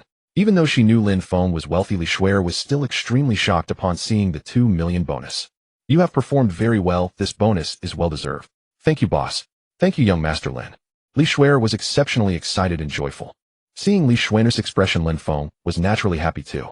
In his previous life, seeing her so happy would have inevitably led to an entanglement between them, but now Lin Feng had no intention of thinking about such romantic matters. Just as Lin Feng finished collecting today's supplies, he suddenly received a call from Tung Yuanya. Mr. Lin Feng, the 100 tons of silver you requested will be delivered tonight. Well done. Once I see the goods, I will pay the remaining balance, Lin Feng said, directly addressing what Tinjuani cared about most. This time to purchase these 100 tons of silver, the company where Tinjuani worked had mobilized significant connections to jointly buy from several precious metal companies, finally managing to acquire these items within half a month. A few hours later, Lin Feng appeared again in the warehouse in Anqing. Previously, Lin Feng had come here to purchase dinner once. Now arriving again when 3 large trucks arrived and the tarpaulins were just uncovered, Lin Feng saw the gleaming white silver. Excellent. Mr. Tinjuani is truly very reliable, Lin Feng said again. Immediately, Lin Feng directly transferred 100 million Dao coins to the account of Tinjuani's company. Seeing the successful transfer, Tinjuani was also overjoyed. In the next 12 days, I hope your company can help me collect more silver or gold. As long as you can acquire enough, price is not an issue, Lin Feng added, and to show his sincerity, he transferred another 10 million Dao coins to Tinjuani. Seeing this, Tinjuani directly bowed to Lin Feng, promising to get it done. After the trucks left, Lin Feng directly closed the warehouse door and then collected all the silver into his supernatural space. Now Lin Feng carefully observed the changes in his supernatural space. As soon as this silver was absorbed into the space, the phantom of the metal sphere that had been floating next to the Chinquan pearl began to visibly solidify at an observable speed. Thus, in less than 10 minutes, the third metal sphere finally appeared. Lin Feng took the metal sphere out of his supernatural space, and indeed it was exactly the same as the previous 2 metal spheres. Seeing this, Lin Feng was overjoyed. The plan he had formulated over the past half-month could finally— Did you observe? Where did their truck come from? A person in the darkness inquired of the 2 individuals who were secretly watching. These men were all spies dispatched by Tinjuani's company. After all, Lin Feng's movements were too conspicuous. Not to mention the enormous quantity of meals he ordered daily, there had never been any sign of large-scale human activity around him. Now that he had suddenly purchased such a massive amount of silver, they were eager to discover which company Lin Feng represented. If they could secretly tail him to his destination, they might even seize the chance to play a game of predator and prey. After all, the power Lin Feng displayed was utterly astonishing. In just half a month, he had spent billions of yen. How could they not be alarmed? Yet no matter how they lurked and waited, they could never find the slightest trace of Lin Feng. By now, after obtaining the third metal sphere, he had already returned to Anxi City in Xia Kingdom. Aside from those from Tinjuani's company who were utterly baffled by Lin Feng, the person most desperate to find him was none other than Lu Li. Lin Feng had abandoned Lu Li in the land of the rising sun, and even taken back all the jewelry and money he had given her. If Lu Li hadn't called Zhang Guoqiang to transfer her some funds, she would have barely made it back to her homeland. For over half a month, Lu Li had been constantly trying to contact Lin Feng, but he never responded. Even when she came to his villa, she could never see him. Lin Feng was busy all day collecting supplies, his daily routine consisting of nothing but buying, and more buying. How could he have time to idle at home? Today, Lin Feng ordered another 1,000 cups of milk tea, 1,000 servings of KFC, 500 roast chickens and ducks, and even 100 whole roasted lambs across the city each day. He also monopolized all the output of Burger King, McDonald's, and several Chinese fast food restaurants. As the final 10 days approached, Lin Feng grew increasingly audacious. He went directly to stalls and shops, and simply booked all their meals for the next 10 days. He told them to just keep cooking. No matter how much they produced, he would take it all. Moreover, Lin Feng spent money like water, never delaying payment. He paid the entire Tindui expense in one lump sum, only requiring them to deliver the food to a designated warehouse every day. Fortunately, Lin Feng scheduled the daily collection at a fixed time, so even if someone saw him, they would merely think him mad. With only 10 days left before the apocalypse, Lin Feng decided to go abroad to stock up on water and grain. With 3 metal spheres in hand, Lin Feng now had ample time to gather supplies both domestically and in the land of the rising sun, while simultaneously plundering and looting other parts of the world. His first destination was Lake Baikal. After all, Lake Baikal not only possessed abundant water resources, but also boasted excellent water quality, drinkable without filtration. The lake alone could supply the current 5 billion people with drinking water for 50 years. Logically, collecting just the water of Lake Baikal would be sufficient, but considering the vast amount of irrigation water needed for the golden farmland in his dimensional space, how could one Lake Baikal ever be enough? You see, even though a human lifespan exceeding 100 years was already considered long-lived, once the apocalypse erupted, some humans would become superpowered beings. Despite their formidable strength, their lifespans would also increase. According to experts, each level up added at least 10 years to one's life. Lin Feng did not fly to Lake Baikal alone. Instead, he sent the metal sphere by Super Express courier. This way he could save as much time as possible. Within a day, the metal sphere arrived at a small-town courier station near Lake Baikal. After collecting the day's supplies, Lin Feng instantly teleported to the courier station. Stepping out, he headed straight for Lake Baikal, 10 li away. Lake Baikal was indeed a world-famous freshwater lake. Its water quality superb, and its surroundings exceptionally picturesque. Lin Feng leaped and plunged directly into the lake. Then swimming several hundred meters further, and he opened his dimensional space to its maximum. Soon a colossal whirlpool formed at the center of the lake, and vast torrents of freshwater surged into his dimensional space. Given his current absorption rate, it would take at least 10 hours to drain all the freshwater. While Lin Feng absorbed the massive water resource, countless fish and shrimp in Lake Baikal were also sucked into his space. However, at present, aside from Lin Feng himself, no other living creature could survive inside his dimensional space. Moreover, Lin Feng discovered that he could not absorb any live fish longer than 1 meter. Thus, from 7 in the evening until 7 the next morning, Lin Feng siphoned 99% of Lake Baikal's water into his dimensional space. At the same time, the fish, shrimp, and other aquatic products inside his space amounted to nearly 10 million tons. 10 million tons of fish and shrimp meant 10 million tons of food. The harvest from just one Lake Baikal was colossal for Lin Feng. By now, a tremendous whirlwind of public opinion had erupted within the Great Bear Kingdom. This was the world's largest freshwater lake, yet it had nearly vanished overnight. How could they accept this? Lin Feng paid no heed to any of this. With a spatial leap, he returned directly to the land of the rising. Early this morning, it was time for Lin Feng to collect breakfast for 1,500 people. Yes, he had increased his order from Tenjuani from 1,000 to 1,500 portions. After collecting breakfast, Lin Feng sent the metal sphere by Super Express courier to a small town near Lake Superior. The same operation, the same astonishment. Lin Feng did not idle for 5 consecutive nights. Lake Superior, Lake Victoria, Lake Huron, and Lake Michigan all fell victim to Lin Feng's grasp. He visited each and drained over 90% of their water. 5 days in a row of such bizarre events shocked the entire international community. After accomplishing all this, Lin Feng felt an immense sense of relief. After all, on the first day of the apocalypse, the mega-earthquakes would primarily occur in these lakes and oceans. The 5 great lakes Lin Feng had drained would all flow into the Earth's interior within 3 days, meaning even if he hadn't taken their freshwater now, in less than 10 days, they would have vanished anyway. Lin Feng now possessed not only enough freshwater to supply the entire 2 billion citizens of Xia Kingdom for 500 years, but also an astonishing 48 million tons of aquatic resources stored in the 5 Great Lakes within his dimensional space. No matter how tumultuous the online discussions became, Lin Feng remained indifferent. Instead, he began pondering another critical issue. Just as Lin Feng was deep in thought, the phone number he had posted earlier on an online forum finally received a return. "Excuse me, are you Mr. Lin Feng?" The voice on the other end was very pleasant, and Lin Feng found it somewhat familiar. "Hello, yes, this is he. May I ask who you are?" Lin Feng asked politely. "My name is Baikir. I saw your post on the enthusiast forum about wanting to purchase an apocalypse shelter, didn't I? I do have one here. Would Mr. Lin Feng be interested?" Baikir said with a smile. "Of course. Where is it? I can come over right now." As soon as she said her name, Lin Feng immediately recalled who she was. Baikir was the renowned leader of the Blood-Robed Women's Army, a formidable female force in the apocalypse of his past life.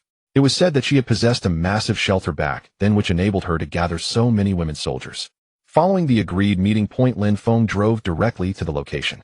Upon arriving, he felt a slight. Clearly, the apocalypse shelter Baikir intended to sell was not the legendary grand shelter from his past life, but a modest, yet well-equipped refuge. Nevertheless, its area reached 500 square meters, which was more than sufficient for Lin Feng. "Miss Bai, how did you come to own such a place?" Lin Feng asked with a smile. "I grew up in the Xiongnian country, where many wealthy individuals love to build apocalyptic shelters. Later, I also developed a keen interest in such places. Fortunately, there are companies specializing in constructing shelters domestically, so I invested in having one custom built," Baikir said with a smile. Lin Feng nodded slightly. "Come on, let me show you inside." With that, Baikir led Lin Feng into the shelter. Baikir's apocalypse shelter was located in the suburbs near 3 universities. Because the geographical location was somewhat remote, the cost of the land, when Baikir originally built the shelter, was not particularly high. Soon Baikir began to introduce the construction specifications of the entire shelter. It was built to the standards of the world's top tycoons. Though the exterior was brick and cement, the interior walls were 30 centimeters thick and made of refined steel. Moreover, the above-ground structures were merely simple decorations. The true core of the refuge lay underground. The underground shelter was equipped with heating and cooling systems, air purification systems, oxygen generators, diesel generators, massive storage batteries, high-voltage electric traps, intelligent artificial assistants, and many other facilities. Everything was more comprehensive than Lin Feng had anticipated. Additionally, the entire underground shelter could withstand a magnitude 8 earthquake. It was divided into 3 levels, with the third level split into 2 sections. Half was the equipment room, and the other half was the warehouse. The warehouse already held nearly 1/3 of its capacity in supplies. Although the total value of these supplies wasn't enormous, once the apocalypse truly erupted, they would undoubtedly become a colossal fortune. After Baikir finished her introduction, Lin Feng was thoroughly satisfied with her apocalypse shelter. Truly impressive. Such an excellent place. I wonder how Miss Bai could bear to part with it. Lin Feng remarked subtly. Mainly because I think this one is a bit too small. I want something larger. Baikir replied without hesitation. Then you already have a bigger and better one. Baikir smiled at Lin Feng without speaking, but her expression clearly conveyed the answer. Name your price, Miss Bai. For everything here, including the underground supplies. Lin Feng said. 200 million. When Lin Feng heard the price, he was momentarily stunned. Though he wasn't sure how much Baikir had invested, it probably didn't reach that figure. I spent 2 years building this shelter. 200 million is absolutely worth it. Baikir added, clearly not intending to lower the price. Since Lin Feng was not short of money, now he immediately nodded in agreement. Deal. Saying that under Baikir's slightly surprised gaze, Lin Feng paid the full amount. Mr. Lin, you pay so readily. Aren't you afraid I might cheat you? Baikir joked. Lin Feng immediately feigned a look of shock. Oh, I forgot about that. But Miss Bai, would you really default on our deal? They exchanged a knowing smile. Then Baikir transferred control of the shelter's artificial intelligence to Lin Feng. From that moment on, Lin Feng became the sole owner of this apocalypse refuge. Moreover, as the owner, Lin Feng could designate 10 individuals who would be allowed to enter and use certain functions. Mr. Lin, we have an enthusiast group. Would you like to join? Baikir asked again. Of course. Lin Feng replied with a smile. Lin Feng was well aware of the existence of such a group. In the group, only those who survived until the very end became powerful figures. Their presence would play a crucial role in his future resource exchanges. After the transaction was completed, they signed the contract and agreed on a time for the property transfer. Although Lin Feng agreed, outwardly, he didn't really care. There were only 5 days left before the apocalypse. Everywhere would be ruins and rubble. What use was a transfer then? Next, Lin Feng made plans for the remaining 5 days. Based on his recent observations of his own spatial ability, golden soil could naturally grow plants, and to reclaim more golden soil, he naturally needed more gold. Where was the world's largest gold reserve? Of course, it was in the underground super vault of the National Bank of the Xiongyin country. That vault housed more than half of the world's refined 24K gold, including reserves from many countries. To this day, the total gold stored there exceeded 12,000 tons. Converted to Xia currency, that was 7.2 trillion. Absolutely astronomical. And now that was Lin Feng's. According to Lin Feng's plan, whether before the apocalypse or after it erupted, as long as he could send his metal sphere into that underground vault, those 12,000 tons of gold would be his for the taking. In the final 4 days, Lin Feng finally received good news from Fujiwara. No. Are you sure? Lin Feng was thrilled when he heard what Fujiwara said. Mr. Lin, I am absolutely certain.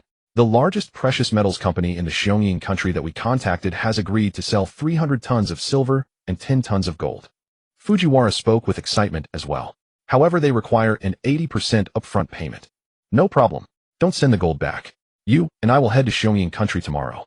Lin Feng said excitedly and added, the commissions and bonuses promised to you will not be reduced by even a single cent. Lin Feng was extremely swift. Having stated he would depart for the Xiongyin country the next day, he set off directly the following morning. Tung Yuanye was still somewhat worried, as he was currently responsible for managing the meals for Lin Feng's group of 1,500 people. If he now went to the Xiongyin country, wouldn't that delay this matter? Just have someone from your company handle this matter. I will also find a replacement to receive the goods, so don't worry about that, Lin Feng said. Upon hearing Lin Feng's arrangement, Tung Yuanye naturally felt relieved. For Lin Feng, who possessed the spatial traversal ability of the metal sphere, these matters were no issue at all. He could gather everything in the time it took to visit the restroom. Even on the plane, Lin Feng did not forget to continuously order takeout for his warehouse in city. Lin Feng never thought supplies were too much. The more he stored now, the more at ease he would feel when the apocalypse arrived. After flying for over 10 hours, during which Lin Feng excused himself to the restroom more than a dozen times, he finally managed to collect all the supplies.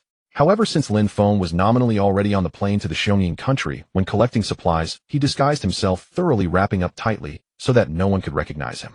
After arriving in the Xiongyin country, thanks to Tung Yuanye's introduction and assistance, Lin Feng easily met the person in charge of the other company. When he first saw Lin Feng, the other party was also very surprised, never expecting such a young Easterner as Lin Feng. "Hello, Mr. John. I assume you are already aware of the purpose of our visit," Lin Feng said with a smile. Upon hearing Lin Feng's standard Xiongning language, the other party was even more astonished, as if Lin Feng had lived in the Xiongning country for many years. When asked about his intention in purchasing such large quantities of gold and silver, Lin Feng made no attempt to conceal it. Silver was not a big deal, as its price was currently quite low, less than 1% of gold. "The gold I purchase will be deposited directly into the national bank. As for the silver, it will be placed at the dock, and I will have someone transport it back to the country." Lin Feng continued, "If your company could help me first deposit all this gold into the underground vault of the national bank, I will pay the full amount immediately." Upon hearing this, John immediately stood up and shook hands with Lin Feng. "It's a deal." Thus, through John's company's coordination, Lin Feng first signed a contract with them and paid an 80% deposit, which amounted to $800 million. A fleet of 10 vehicles drove directly to the national bank of the Xiongning country. Anyway, Lin Feng had plenty of money now and didn't mind wasting $1 billion. After all, if the tonnage of gold were small, it wouldn't be possible to send it into the underground vault. When the other party finished counting and was about to send the gold underground, Lin Feng naturally took the opportunity to place the metal sphere among the gold, watching as they sent both the gold and the sphere into the underground vault.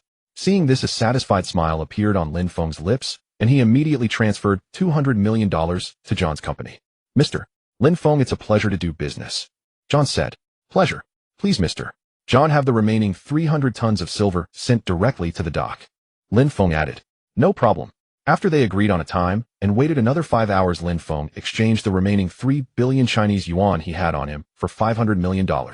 After the 300 tons of silver were delivered to the dock, Lin Feng had also settled the payment of 300 million. Lin Feng had rented a container in advance. After the 300 tons of silver were delivered, and when he was left alone, Lin Feng instantly stored all the silver into his ability space. Based on Lin Feng's previous experience, 100 tons of silver could produce 1 metal sphere, so now 300 tons of silver could naturally produce 3 metal spheres. If he could acquire 3 more metal spheres, Lin Feng's grand looting plan could be completed in almost a day. Just as Lin Feng was indulging in this pleasant fantasy, his illusion shattered. The silver had been absorbed by the ability space by more than 90%. Similarly, beside the Qinquan pearl appeared a phantom of a metal sphere, much more solid than the one Lin Feng had seen before, but still far from being condensed into a true metal sphere.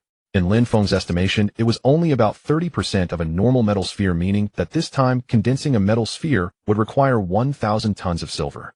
Could it be increasing tenfold each time? Lin Feng felt somewhat disoriented, but increasingly believed this possibility was very high. But where would he find the remaining 700 tons of silver? There was too little time now, only 3 days left. Thinking this, Lin Feng contacted Tung Yuanya again. "Mr. Lin Feng, what are your instructions?" Tung Yuanya asked as soon as he answered the call. "Contact John again. I need 700 tons of silver within 2 days, and I can pay a deposit of $100 million up front," Lin Feng said. Lin Feng had already made a calculation in his mind. With his current $200 million, he obviously couldn't buy 700 tons of silver, and even paying a deposit would be difficult. Moreover, he intended to use that money to purchase firearms. After all, in the early stages of the apocalypse, especially before the various ability users had reached level 3 of firearms, had a very powerful lethal effect on them. Once ability users reached level 5, only heavy weapons such as rocket launchers and mortars could inflict significant damage on them. Regardless, weapons in the early stage were certainly very important. An idea struck Lin Feng, and he took out the remaining approximately 10 tons of silver from his space. Since he didn't have enough money to buy the 700 tons of silver now, he would have to find other ways to acquire it. "Yes, Mr. Lin Feng, I will handle it immediately." Tung Yuanya was also excited upon hearing Lin. After finishing these matters, Lin Feng scrolled through his phone and suddenly saw that in the End of the World Enthusiasts group, he had joined someone with selling simplified versions of Apocalypse fortresses at a price of 50 million each, with 2 available, asking if anyone in the group needed them. Lin Feng saw that this simplified Apocalypse fortress could serve as his mobile base. After the apocalypse broke out, it could be used many times to conceal his true activities. "They'll take it, but I'm abroad now. They'll be back the day after tomorrow. We can do a face-to-face transaction then." Lin Feng sent the message. Seeing Lin Feng's prompt agreement, the other party was also very pleased and immediately added Lin Feng as a friend. When Lin Feng saw the real name left by the other party in the friend request, his heart leaped with joy. It was truly a case of a pillow arriving just as he needed to sleep. Shirley, the leader of the largest private human base in city after the apocalypse broke out. At least within the first 3 years of the apocalypse, he was the undisputed overlord, primarily because he possessed an apocalypse fortress and was also the regional general manager of an international company in Xia country, granting him access to firearms from the very beginning, naturally allowing him to tower above many. Combining Lin Feng's knowledge from his past life, he was certain that the person before him now was none other than As Lin Feng pondered how to purchase weapons in Eagle Country, the headquarters of Shirley's company happened to be there, making it effortless to acquire such firearms through his connections. Before long, Lin Feng began chatting with Shirley. At the same time, Lin Feng transferred a deposit of 10. After only a few exchanges, Lin Feng's swift transfer of the deposit caught Shirley by surprise, while also earning him considerable goodwill. Mr. Sure, I am currently in Eagle Country and looking for merchants who can supply weapons. Do you happen to have it? After transferring the money, Lin Feng asked bluntly. Shirley was taken aback by his directness. Mr. Lin, private possession of firearms is not permitted in our country. Of course I know that. I am not planning to bring them back home. It's for business purposes. Lin Feng smiled, offering no further explanation. Why would he explain such matters to an outsider? Mr. Lin, what specific weapons do you require? Shirley pressed further. My client wants a variety of weapons, and in large quantities. What's the total value? I need to estimate. Shirley added. Around $1 to $200 million. Lin Feng stated. Even Shirley, who was accustomed to handling large sums of money, was amazed by this figure. For private weapon purchases, this was an enormous amount. All right, Mr. Lin will contact someone for you. He'll get back to you if there's any news. Shirley said. Lin Feng had already prepared himself. If he could forge a fourth metal sphere within these 3 days, he would go all out. But if the fourth sphere materialized, he would stop there and wait for the apocalypse to arrive, then emerge after the great earthquake to see if there was any opportunity. At the very least, since the metal spheres had already been delivered to the underground vault in Eagle Country, Lin Feng's primary objective for this trip was accomplished. However, the 300 tons of silver had yet to yield a fourth metal sphere, catching Lin Feng off guard. Without a sphere on hand, he would be unable to make his move in Eagle Country. Glancing at the time, it was 7 p.m. in Eagle Country, but 7 a.m. in Xia Country. Lin Feng directly space-shifted to Nihon Country to retrieve breakfast. After paying for the full day's meal, he said, "From today onward, you can stop delivering meals temporarily. If we need you in the future, our company will contact you." Though the other party was puzzled, the intense workload from the past few days had exhausted them. Hearing that the partnership was suspended, they felt both regret and relief, having already earned a fortune during this period. After obtaining the metal sphere, Lin Feng immediately booked an early flight back to Eagle Country. Lin Feng set his sights on the storage warehouses of the top 3 supermarket chains in Eagle Country. Fortunately, these 3 warehouses were located close to one another, each containing goods worth over $10 billion. Given his current stockpile, he didn't necessarily need the supplies from these 3 warehouses.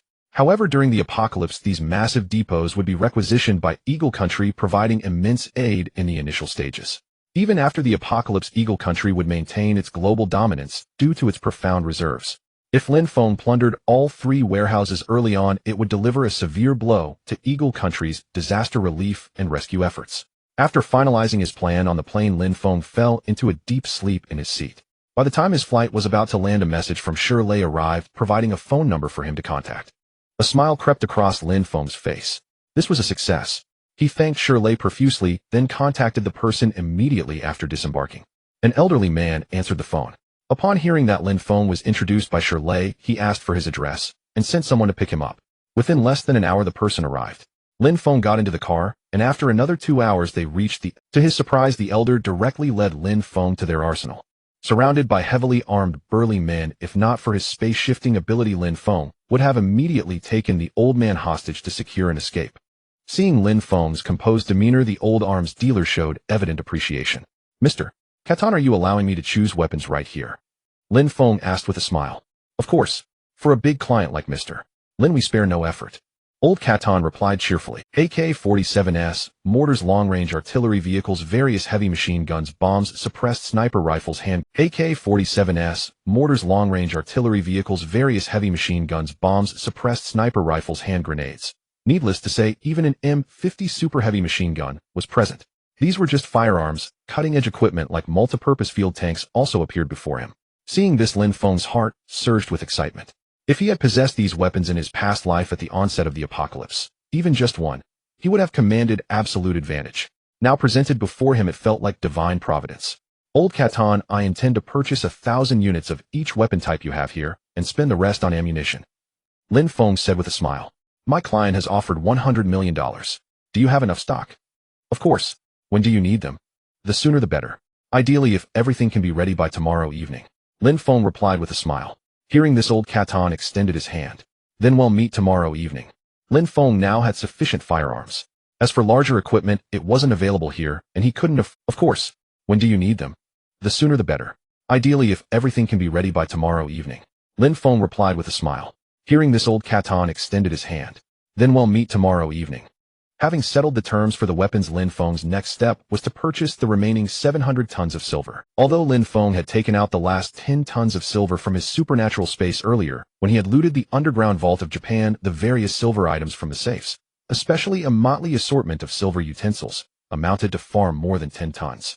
According to Lin Feng's estimation, acquiring another 700 tons of silver should suffice to forge another. Lin Feng had already transferred $100 million as a deposit to John's company account. Now John's company was surely actively stocking up and buying up silver in large quantities. If he came up short, Lin Feng still had one metal sphere in his possession, so he could simply go and seize the rest under cover of night. Having made up his mind, Lin Feng contacted an employee at another precious metals trading firm. He sold all 10 tons of silver to them at a price 10% below the market rate. After the employee verified the silver was legitimate and $5 million had been credited to his account, Lin Feng quietly concealed the metal sphere beneath the pile of silver. Given the news that John was aggressively purchasing silver, there was no doubt that this batch of 10 tons would also be stored in the warehouse. With only 2 days left, Lin Feng was in no hurry. While Lin Feng continued leisurely storing domestic takeout and the proceeds from 1,500 tables of banquets each day into his supernatural space, he finally received a phone call from old Catan. The weapons, firearms, and ammunition were all ready. Lin Feng arrived at the agreed location and waited. Soon old Catan led a large contingent in a grand procession, but upon seeing that Lin Feng was the only one there to receive the goods, he was somewhat taken aback. Mr. Lin Feng, you've come alone. Old Catan asked with a smile. What's the matter, Mr. Old Catan? Did you think I'd be afraid you'd rip me off? Lin Feng joked. Although old Catan had indeed entertained such thoughts, seeing Lin Feng daring to come alone actually made him more hesitant to act rashly. Mr. Lin Feng, you jest. Where shall we unload the goods? Old Catan asked again. Lin Feng pointed to a large warehouse nearby which he had rented through Fujiwara Yi to avoid drawing attention.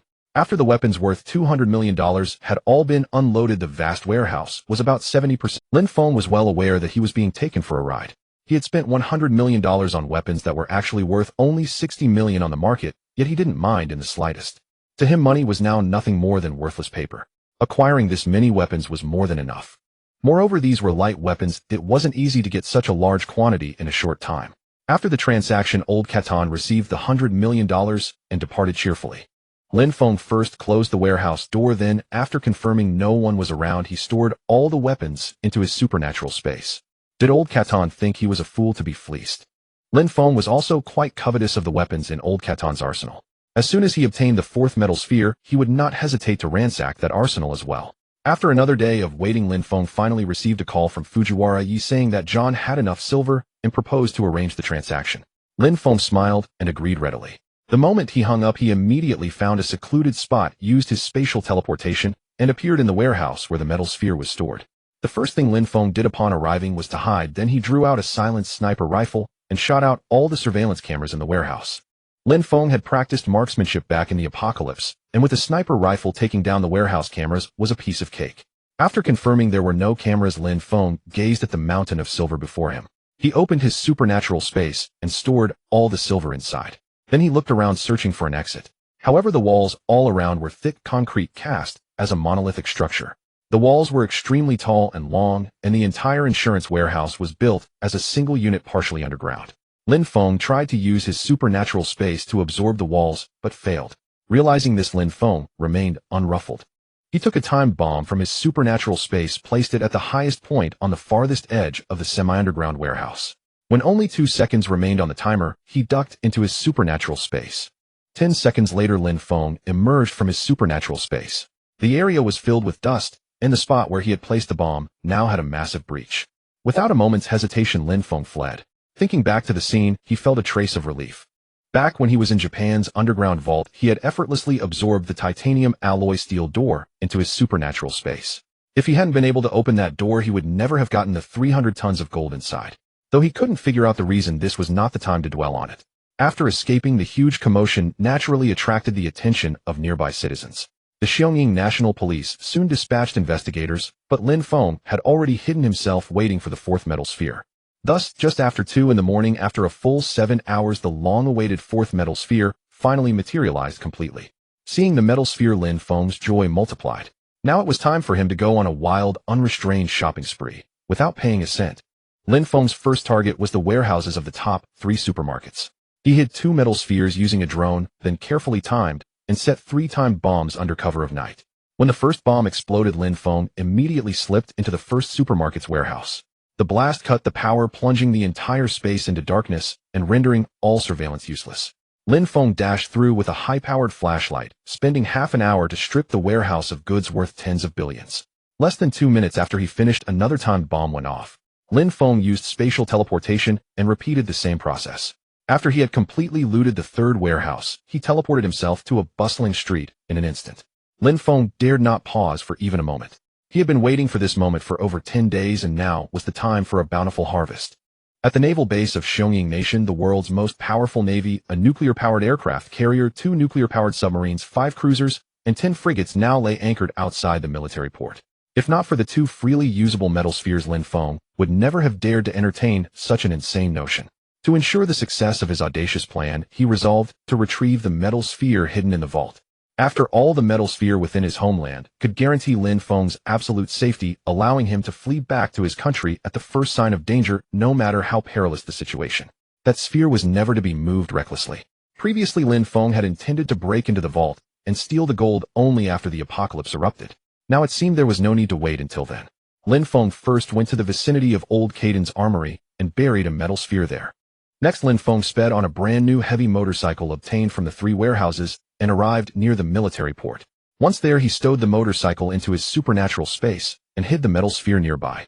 The next moment, Lin Feng teleported directly to the vault of Xiongning Nation. Within half an hour, he absorbed all 1,200 tons of gold into his supernatural space, along with the other safes and hundreds of billions of dollars in cash stored there. After accomplishing this, Lin Feng teleported back to the vicinity of the military port. His heart pounded fiercely, for he had prepared meticulously for this day. He changed into a diving suit and used remote-controlled boats to deliver the metal spheres to the side of the 2,000-ton super nuclear-powered aircraft carrier and the 2 nuclear-powered submarines. The next instant, Lin Feng teleported directly beside the carrier. Lin Feng was uncertain, for not long ago he had failed to absorb the walls of Johnson Company's warehouse into his space.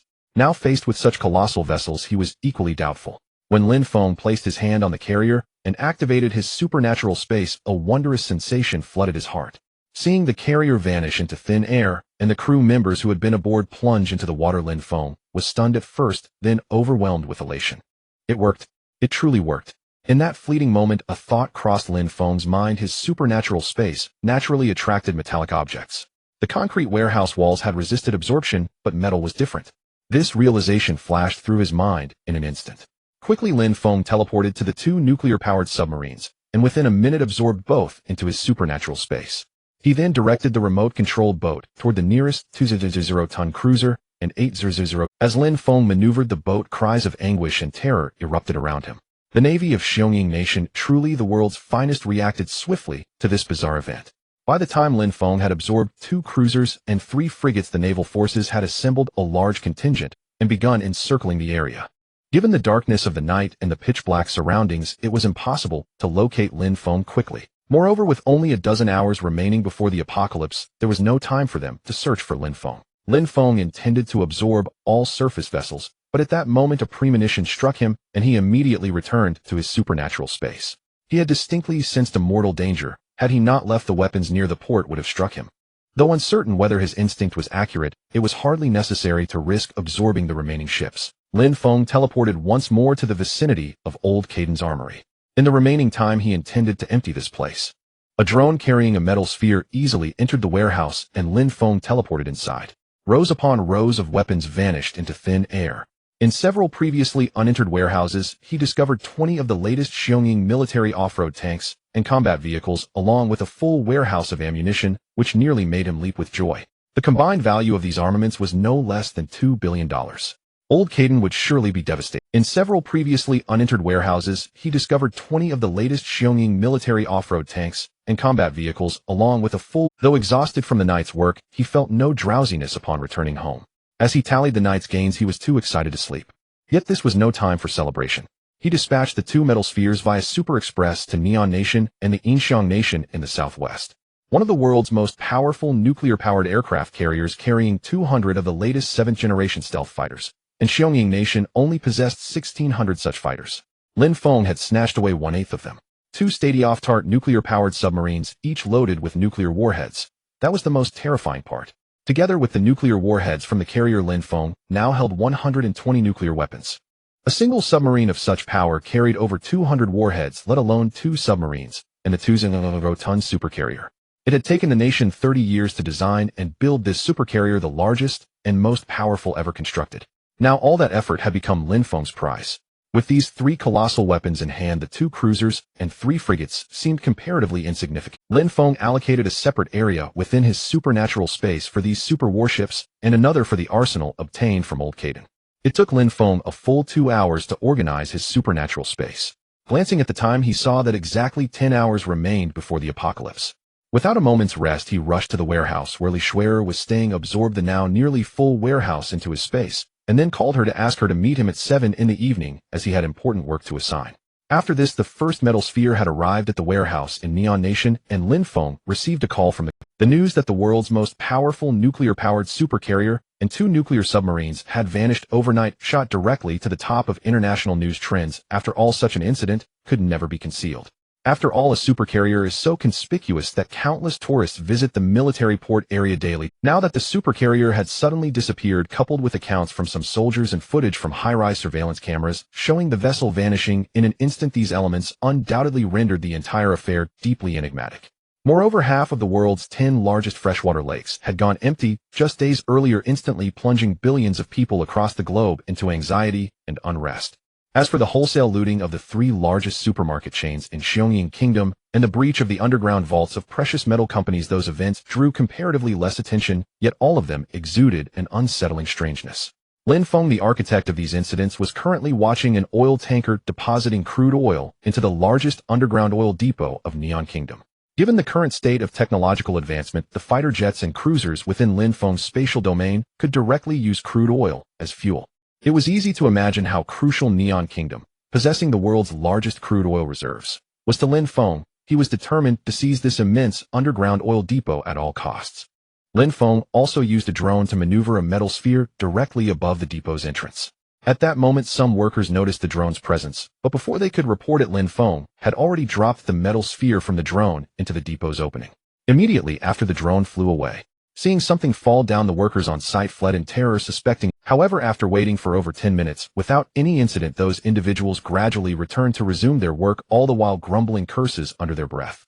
Once all these people had left, Lin Feng used a spatial shift to enter the underground oil depot, directly seizing nearly 10 million tons of crude oil.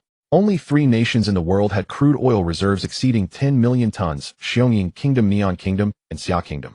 Time was limited, so Lin Feng could only target Neon Kingdom.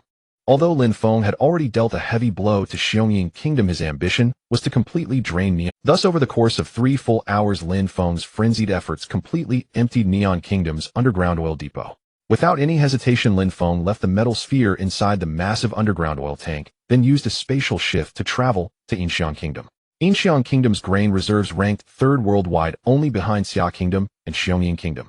However, after the massive earthquake struck, 2 of Inxiang Kingdom's 4 largest national grain depots suffered catastrophic damage. One completely collapsed underground, and the other was partially destroyed. Fortunately, the remaining 2 grain depots escaped any harm. Otherwise, given Inxiang Kingdom's enormous population, countless people would have starved to death. Fortunately, the remaining 2 grain depots escaped any harm. Otherwise, given Inxiang Kingdom's taking nearly half of what would have been lost was sufficient for Lin Feng, and more importantly, time was running out. He could not afford to go to a 3rd grain depot, as he had more critical matters to attend to. When Lin Feng arrived in Inxiang Kingdom, he employed the same tactic. A drone flew directly into the grain depot. He would have preferred to carry out this operation at night, but with the apocalypse imminent, he had to brazenly act in broad daylight. Even in this era of rapid technological advancement, the state of Inxiang Kingdom's infrastructure remained woefully inadequate. Lin Feng retrieved 50 self-destructing drone swarms from his spatial domain, and in one swift strike destroyed all the electrical circuits surrounding his target grain depot. Then, as if stepping into an unguarded realm, Lin Feng leveraged his prior experience and spent an hour completely emptying the grain depot. With little time remaining, Lin Feng raced against the clock. After a breakneck ride on his heavy motorcycle, he reached the second grain depot 2 hours later.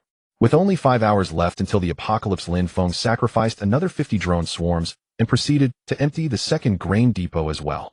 After emptying the second grain depot, Lin Feng used a spatial shift to return to Xiongyan Kingdom. With 3 hours left, he planned to spend his final moments collecting pharmaceutical supplies. Xiongyan Kingdom was home to the world's largest pharmaceutical company, Lala Pharmaceuticals, the global leader in drug wholesale, stocking every medicine available on the market. Its pharmaceutical warehouse dwarfed even the 3 largest retail wholesale supermarkets in America, and Lin Feng set his final looting destination here. Lin Feng did not barge in immediately, he waited for an opportunity. By now he had grown bolder and no longer feared exposure. Moreover, Lin Feng was fully armed, wearing the combat uniform of a Xiongyan Kingdom field force, making it impossible for outsiders to discern his face clearly. Lin Feng spent an hour planting bombs, then deployed drone swarms to attack the perimeter of Lala Pharmaceuticals, severing their electrical systems. Amid the chaos, he used a drone to deliver a metal sphere into the warehouse. Explosions thundered, instantly followed by a chorus of screams and cries of alarm from the vicinity. Seizing the moment, Lin Feng warped directly into the warehouse, riding his heavy motorcycle through the vast interior, sweeping all the pharmaceuticals into his spatial domain. Although Li Shuer had also collected some medicines during this period, those supplies were negligible compared to Lin Feng's future needs. By the time Lin Feng had completely looted all the medicines from the warehouse, the police had already arrived. He hid the metal sphere on a nearby shelf. Such an inconspicuous object was unlikely to attract any notice. Immediately after, Lin Feng used a spatial shift to return directly to his shelter in a city back home. The moment he stepped inside, an unprecedented sense of satisfaction washed over him. Surveying the superabundant supplies in his spatial domain, it could be said that even at this moment Lin Feng was wealthier than many nations. Lin Feng glanced at the time. Only 2 hours remained before the apocalypse. Now was the moment for him to settle accounts with Zhang Dehai and his son. With that thought, Lin Feng directly called Zhang Dehai, then drove out the door. Lin Feng activated the self-driving mode, while simultaneously sensing the changes within his supernatural. Most of the 12,000 tons of gold that Lin Feng had previously stored in his supernatural space had now been consumed by it, while a vast tract of golden land was slowly being reclaimed. Lin Feng then checked the crops planted on the golden land. Some fast-growing vegetables had already sprouted and rooted, while the beans and wheat were growing much more slowly. Soon Lin Feng arrived at Zhang Dehai's villa. When they saw Lin Feng approaching, the attitude of father and son Zhang Dehai had completely changed. Previously, they at least pretended to be polite, but now that Lin Feng had transferred his company shares to them, they didn't even bother pretending anymore. Lin Feng, why are you here? Zhang Guoqiang asked deliberately, his nose nearly pointed to the sky with. Seeing the father and son's feigned ignorance, Lin Feng didn't indulge them, but asked with a smile, when I sold you my company shares, we agreed to settle the final payment by the end of the month. There are still 600 million yuan. Shouldn't you transfer the money to me now? Is that what this is about? Zhang Dehai also smiled, revealing an expression of a sly old fox. Uncle Zhang couldn't have forgotten such an important matter, could he? Yeah, Lin Feng said with a laugh. Directly sitting before him, Zhang Dehai and Zhang Guoqiang showed no regard for Lin Feng. With their current attitude, they were clearly determined to default on the debt. How could that be? We would never default, Zhang Dehai said. It's just that some problems have arisen. When we initially calculated the company shares, there was a minor error in the valuation. Oh, minor error. Lin Feng watched their act with keen interest. The company's operating conditions are poor now. When we calculated the shares, we only accounted for the parent company's shares and didn't include those loss-making subsidiaries. Lin Feng, you need to understand that all the subsidiaries are operating at a loss. After a comprehensive reassessment, your 30% share is worth, at most, 500 million. You should actually refund us 100 million. What? Say that again. Lin Feng suddenly barked sternly. Although this hadn't happened in his past life, since back then he hadn't been in a hurry to sell his shares at a low price, their underhanded tactics in that life were largely similar. What? You have a problem with refunding 100 million? Zhang Guoqiang now wore a ferocious expression, as if he had Lin Feng cornered. Yes. Lin Feng countered without hesitation. At this point, he would not give Zhang Dehai and his son even an ounce of courtesy. You little brat, I think you're itching for a beating. Forgot how I used to teach you lessons, huh? Zhang Guoqiang roared, striding toward Lin Feng, as if about to strike him. Before the apocalypse, Lin Feng was indeed no match for Zhang Guoqiang, and had suffered much bullying at his hands. Each time Zhang Guoqiang bullied Lin Feng, Zhang Dehai would then show up pretending to be the good guy, expecting Lin Feng to be grateful. Clearly they were still the same old, with not a shred of novelty. With a sharp slap, just as Zhang Guoqiang rushed in front of Lin Feng, his vision went dark. Lin Feng's palm landed squarely on his face. The slap from Lin Feng stunned Zhang Guoqiang. Zhang Dehai, who had been ready to enjoy the show, instantly had, "You beast, how dare you hit me?" Zhang Guoqiang was furious. Originally, he only intended to teach Lin Feng a lesson, but now he was determined to break Lin Feng's legs. Unfortunately, the moment Zhang Guoqiang lunged at Lin Feng launched a flying kick, sending Zhang Guoqiang crashing to the ground. I used to go easy on you, and you actually thought you were something, huh? Lin Feng showed no mercy to Zhang Guoqiang, then turned to Zhang Dehai with a smile.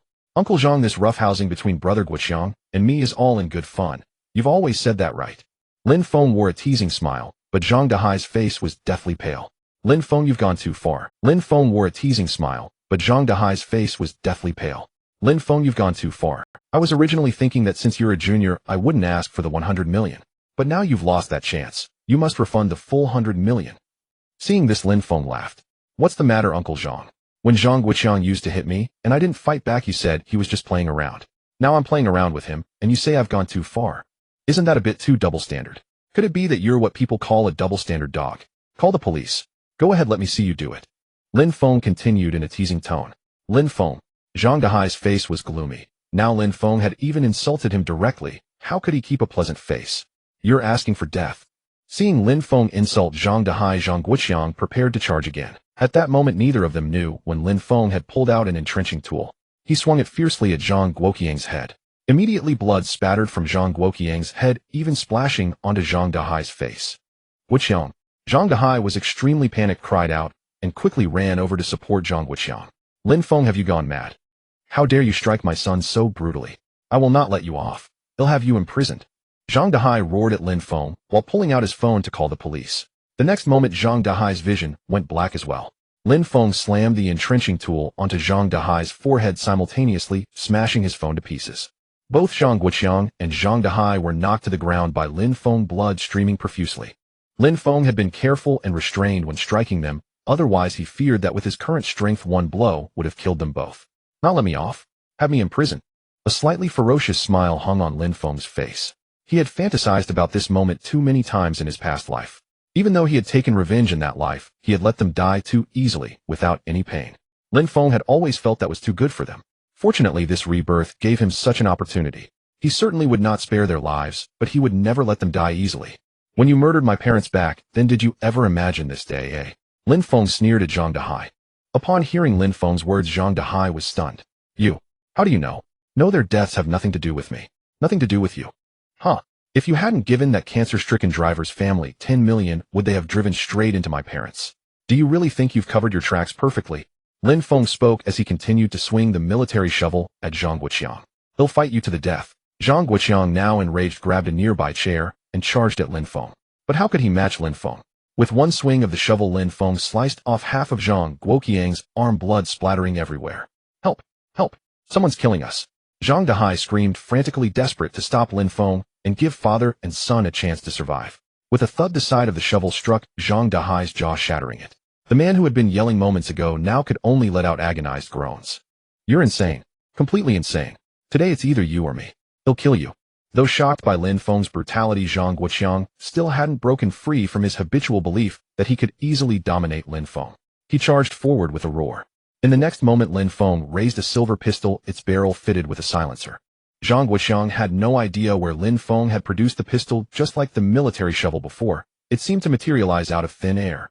The silver pistol pressed directly against Zhang Guoqiang's head, freezing him in terror. Lin Feng wore a mocking smile. Come on, take another step. Come on. Lin Feng casually waved the pistol in front of Zhang Guoqiang's head, a gesture that truly terrified him into immobility. It's fake. It must be fake. Zhang Guoqiang tried to bolster his courage and prepared to lunge again. Lin Feng aimed the pistol downward. A soft pop followed, then Zhang Guoqiang's piercing scream. Without warning, Lin Feng shot Zhang Guoqiang in the thigh. Zhang Dehai, paralyzed with horror, crawled like a dead dog to his son's side. He tried to speak, but his shattered jaw produced only incoherent sounds. Our grievances end today, Lin Feng said, firing several more shots, all hitting Zhang Guoqiang and Zhang Dehai. Drawing on his past life training, Lin Feng knew exactly how to avoid vital spots. Every shot struck their joints. If the apocalypse hadn't come, medical treatment might have saved their lives, but they would have been paralyzed. However, now, even that slim chance was gone. Lin Feng, you're damned. With his last ounce of strength enduring excruciating pain, Zhang Guoqiang tried to curse Lin Feng. But Lin Feng swapped back to the shovel and smashed his jaw. Soon Lin Feng dragged both men out by one hand each. Leaving them to die in that sturdy villa would be Lin Feng certainly wouldn't let them off easy. He stuffed both into the trunk. With less than an hour until the apocalypse, he didn't care if he was exposed. Zhang Dehai and Zhang Guoqiang were in his car. Even if someone saw, the authorities wouldn't have enough time to catch. Lin Feng floored the accelerator and drove straight to the outskirts. On the outskirts lay many abandoned factories, one of which was an old pig farm. Long disused, the place was filthy and infested with cockroaches and rats. Moreover, the dilapidated structure wouldn't survive the impending massive earthquake. Lin Feng threw Zhang Dehai and Zhang Guoqiang into the pig pen. Soon he heard their frantic, muffled screams. Let them spend their final moments in eternal despair. Glancing at the time, only about 40 minutes left. Lin Feng used spatial teleportation to return to the warehouse, storing all the banquet leftovers and the supplies Li Shuer had purchased into his ability space. Only 30 minutes remained until the apocalypse. Then Lin Feng used his final spatial teleportation of the day, returning directly to the underground bunker. Currently, Lin Feng possessed 4 metal spheres, 1 in an underground oil tank in Neon Country, 1 in this bunker, 1 in the warehouse of Lala Pharmaceutical in Eagle Country, and 1 in his former villa. When the apocalypse arrived, a global earthquake struck. The main quake zone was in the ocean, and while the land was also affected, the tremors were far less severe. As Lin Feng waited for the apocalypse, a doorbell rang. Checking the AI surveillance, he smiled. Li Shuer had. In her past life, when Li Shuer encountered Lin Feng after the apocalypse, she was in a pitiful state. She had been surrounded by thugs, and if Lin Feng hadn't arrived in time, she would have suffered an indelible psychological trauma.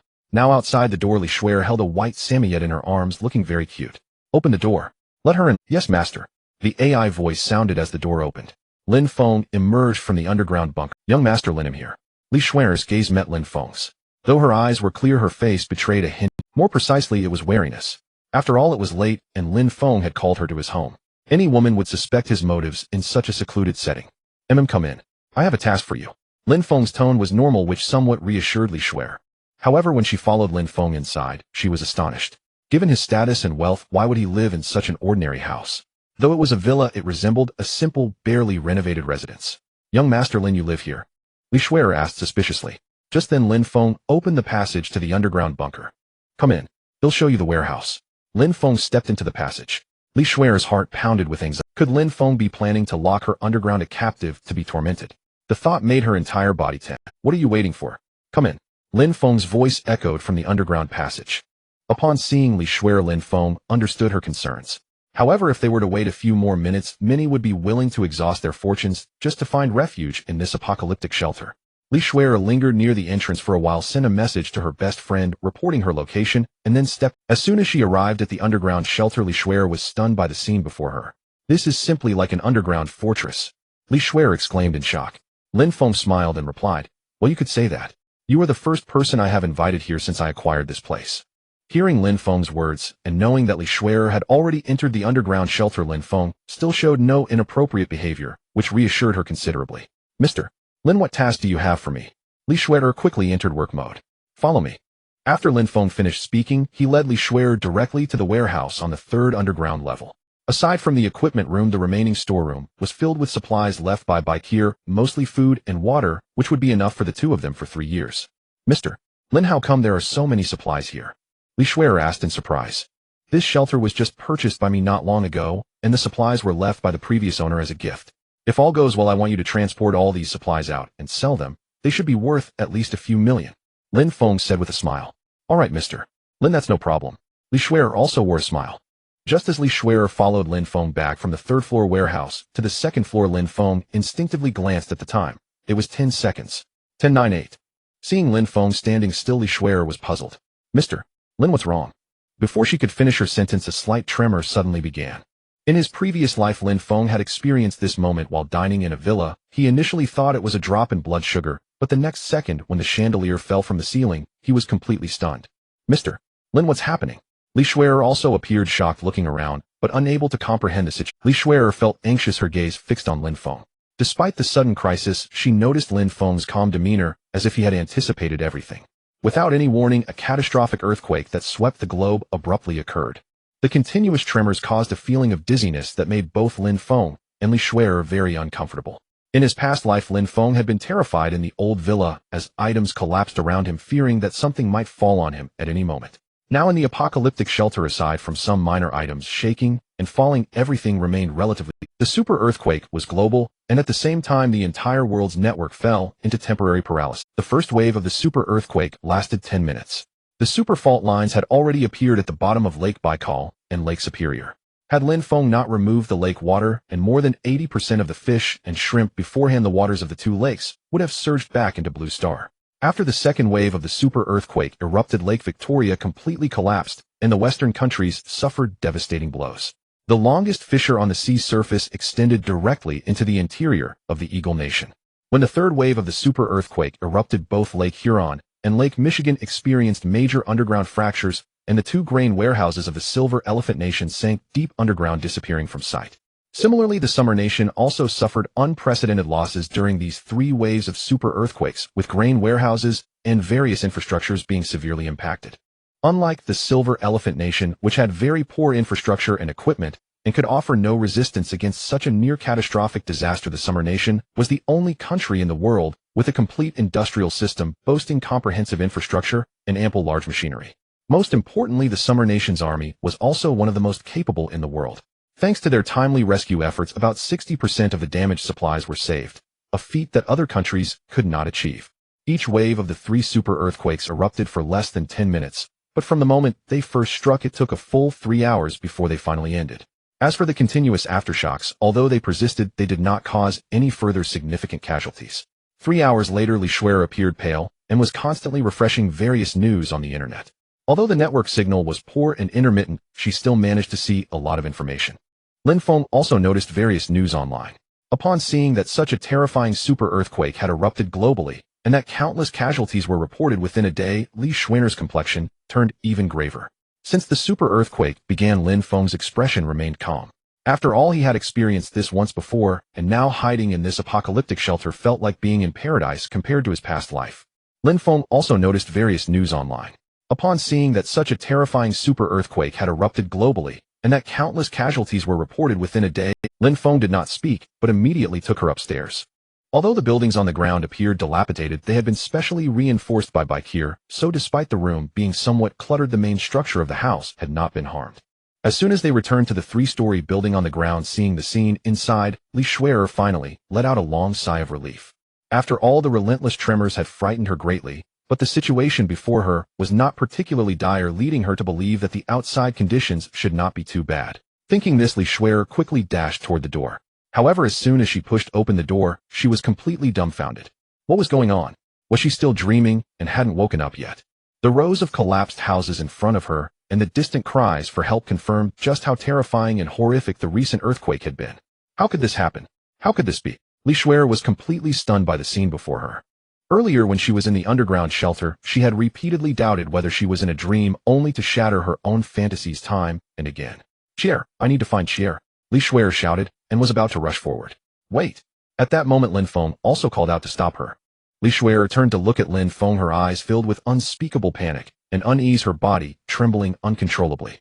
Lin Feng continued, "You saw the situation online just now. This earthquake is global. If you leave now, I won't stop you, but if you encounter danger, you can contact me or come here to find me." "Thank you, Lin Xiao." After saying that, Li Shuer found her small polo and quickly drove away. Now is not the right time to drive away, but Li Shuer insisted on looking for her best friend, and Lin Feng did not. The fact that Li Shuer stayed in the shelter to avoid the initial earthquake without getting hurt was already a favor Lin Feng granted her in his past life, as she was once his woman. If she came back to find him, Lin Feng would certainly not mind taking her into his home again. But if she did not come to find him, it would mean that their fates had come to an end. Even so, Lin Feng specifically instructed the artificial intelligence butler of the underground shelter that if Li Shuer came to find him again, she should be allowed to enter without restriction. Half a month after the earthquake ended, the weather turned extremely hot. After watching Li Shuer leave, Lin Feng did not waste any time. Even though such a disastrous earthquake occurred globally, money is still the medium of exchange. Lin Feng had over $3 billion lying in his ability space, all of which were looted from the underground treasury of the Eagle Kingdom. In this chaotic world, if Lin Feng did not use this money to continue acquiring supplies, waiting another month would turn that money into a pile of worthless paper. Of course, in addition to acquiring supplies, Lin Feng also needed to use this money to acquire more important items, ability fruits, and space stones. After the initial earthquake that marked the arrival of the apocalypse, mysterious ability fruits appeared on the ground, which had a certain probability of granting people abilities, turning them into ability users. For those who did not obtain ability fruits or failed to gain abilities from them after a year, when the zombie virus outbreak occurred, they could kill zombies to obtain mutated crystals from their bodies. By swallowing the corresponding mutated crystals, they could become ability users, or a fortunate few could directly awaken their innate abilities. In his past life, ability users were mainly divided into 5 categories: strength system, nature system, animal system, mental system, and the rare special system. The strength system, also known as the physical system, mainly awakens users with strong physical bodies and immense strength. Among the awakening ability users in his past life, those of the strength system made up the majority, accounting for over 90%. The nature system is primarily divided into 9 categories: metal, wood, water, fire, earth, wind, thunder, light, and darkness. Among them, the thunder, light, and darkness systems are the most powerful and least held within the nature system, their rarity comparable to that of the special system. In his past life, Lin Feng awakened the thunder system ability, but he only obtained a thunder fruit without its root, so he did not master the complete thunder abilities. As a result, even though Lin Feng worked exceptionally hard, he was still constrained by innate factors and failed to become a major figure, ultimately dying at the hands of the Dragon Emperor. The animal system ability fruits are relatively abundant. After swallowing an ability fruit and successfully gaining powers, users can directly transform into beasts to fight with the duration, depending on each individual's strength. The mental system abilities include some that can manipulate mental attacks, while others can even control others to commit suicide. Their methods of attack are difficult to defend against, making them a headache in the apocalypse. As for the rare special system, it is also the most elusive. Generally speaking, among all ability fruits, those of space and time are the strongest. As the saying goes, space is king and time is revered, no other abilities can be compared to these two. In his past life, Lin Feng also saw strong individuals obtain and use space abilities, while time abilities only existed in rumors. Whether time abilities truly exist remains uncertain even after Lin Feng's death in the apocalypse. Now, before the ability fruits have appeared, Lin Feng has already mastered space abilities and possesses an immense ability space. With this alone, Lin Feng is destined to stand invincible in the future apocalypse. What he is most eager to know now is whether he can awaken another ability. If given the choice, Lin Feng would naturally prioritize the thunder system ability. The thunder system is one of the strongest within the nature system, and even when facing the light and darkness systems, they could hold their own among the same ranks. Moreover, Lin Feng is very aware of the power of the thunder system. He is also very curious about how powerful he would become if he swallowed the complete thunder fruit and enhanced his innate abilities. As for the other type of space stone that Lin Feng greatly desires, it holds even more significance for him. Space stones are priceless treasures for both space ability users and ordinary people. After all, space stones can enhance the abilities of space users and can also be used to create space equipment. If Lin Feng had to choose, he would naturally prioritize enhancing his space abilities. If he later obtained space equipment, it could also be used to conceal the fact that he possesses space abilities.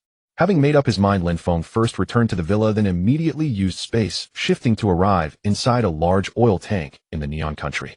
In his previous life, 5 hours after the apocalypse's super earthquake ended, ability fruits appeared globally, with approximately 100,000 ability fruits appearing worldwide, including over 10,000 in the Neon Country alone. Lin Feng arrived inside the large oil tank in the Neon Country, secured the metal ball, then used 2 bombs to blow a hole several meters wide in the massive underground oil tank, followed by blasting open the tank's enormous valve. When Lin Feng appeared on the surface, the surrounding area was also in shambles. Without a moment's hesitation, he immediately dialed Fujihara's number. For this traitor from his past life, Lin Feng still needed him to help him now. Soon the call connected and a cacophony of noise and cries came from Fujihara's side. After finishing his words, Lin Feng asked for Fujihara's location. He then found a functioning SUV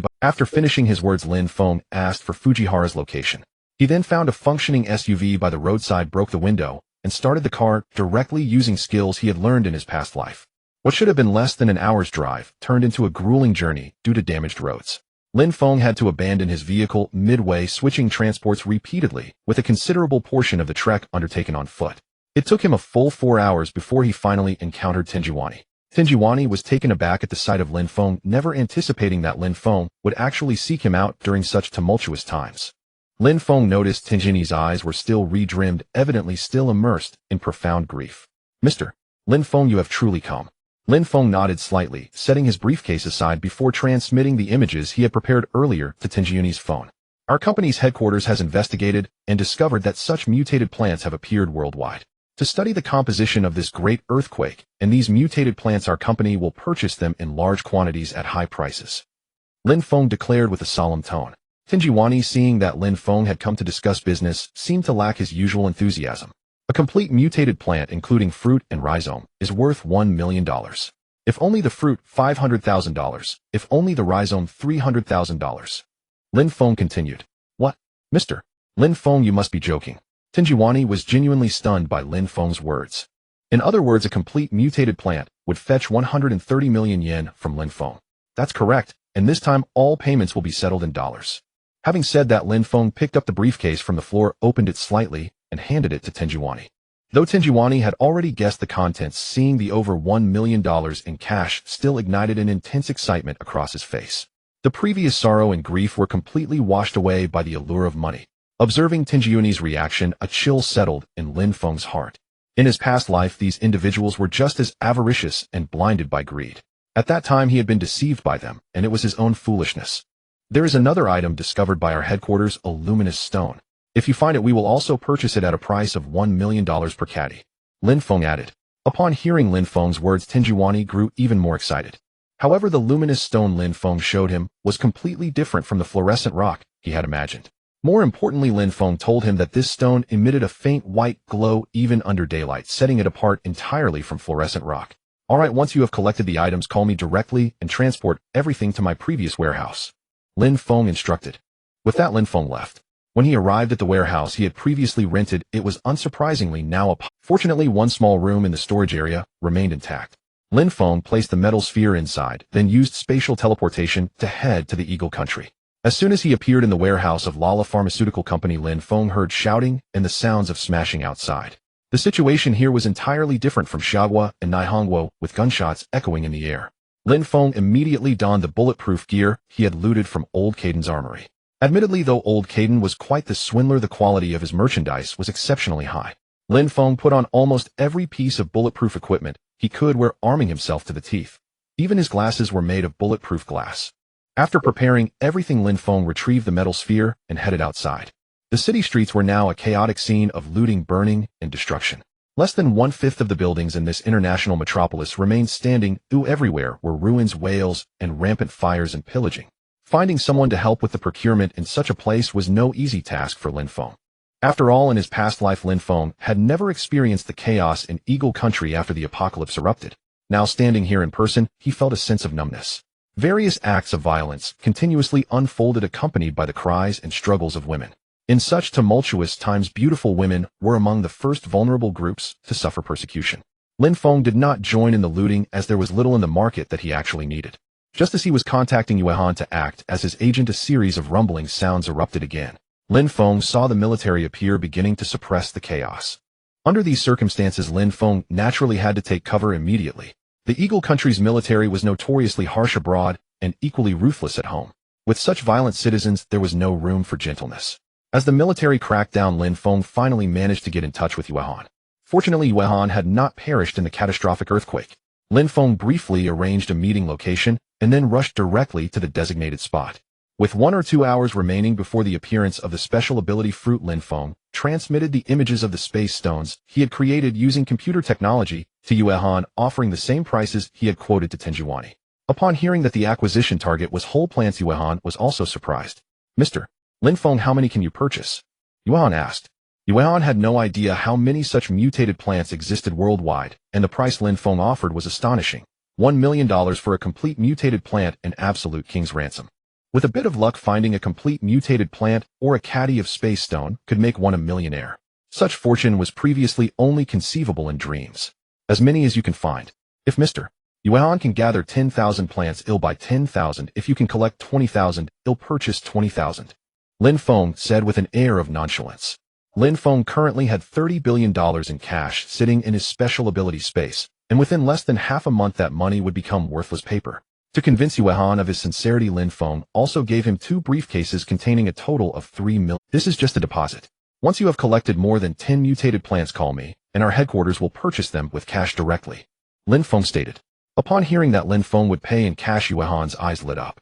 After all, the city was in ruins, banks were non-functional, and a string of digits in a bank account was far less tangible than real currency. Mr. Lin Feng, may I ask your company? Before Yuehan could finish, Lin Feng simply smiled and made a shushing gesture. Secret. After concluding his agreement with John, Lin Feng immediately hastened without pause to the central square of Manga. He distinctly recalled that in his past life the formidable individual who had demonstrated spatial powers before him had obtained that very ability in the central square of Eagle Nation's Maching.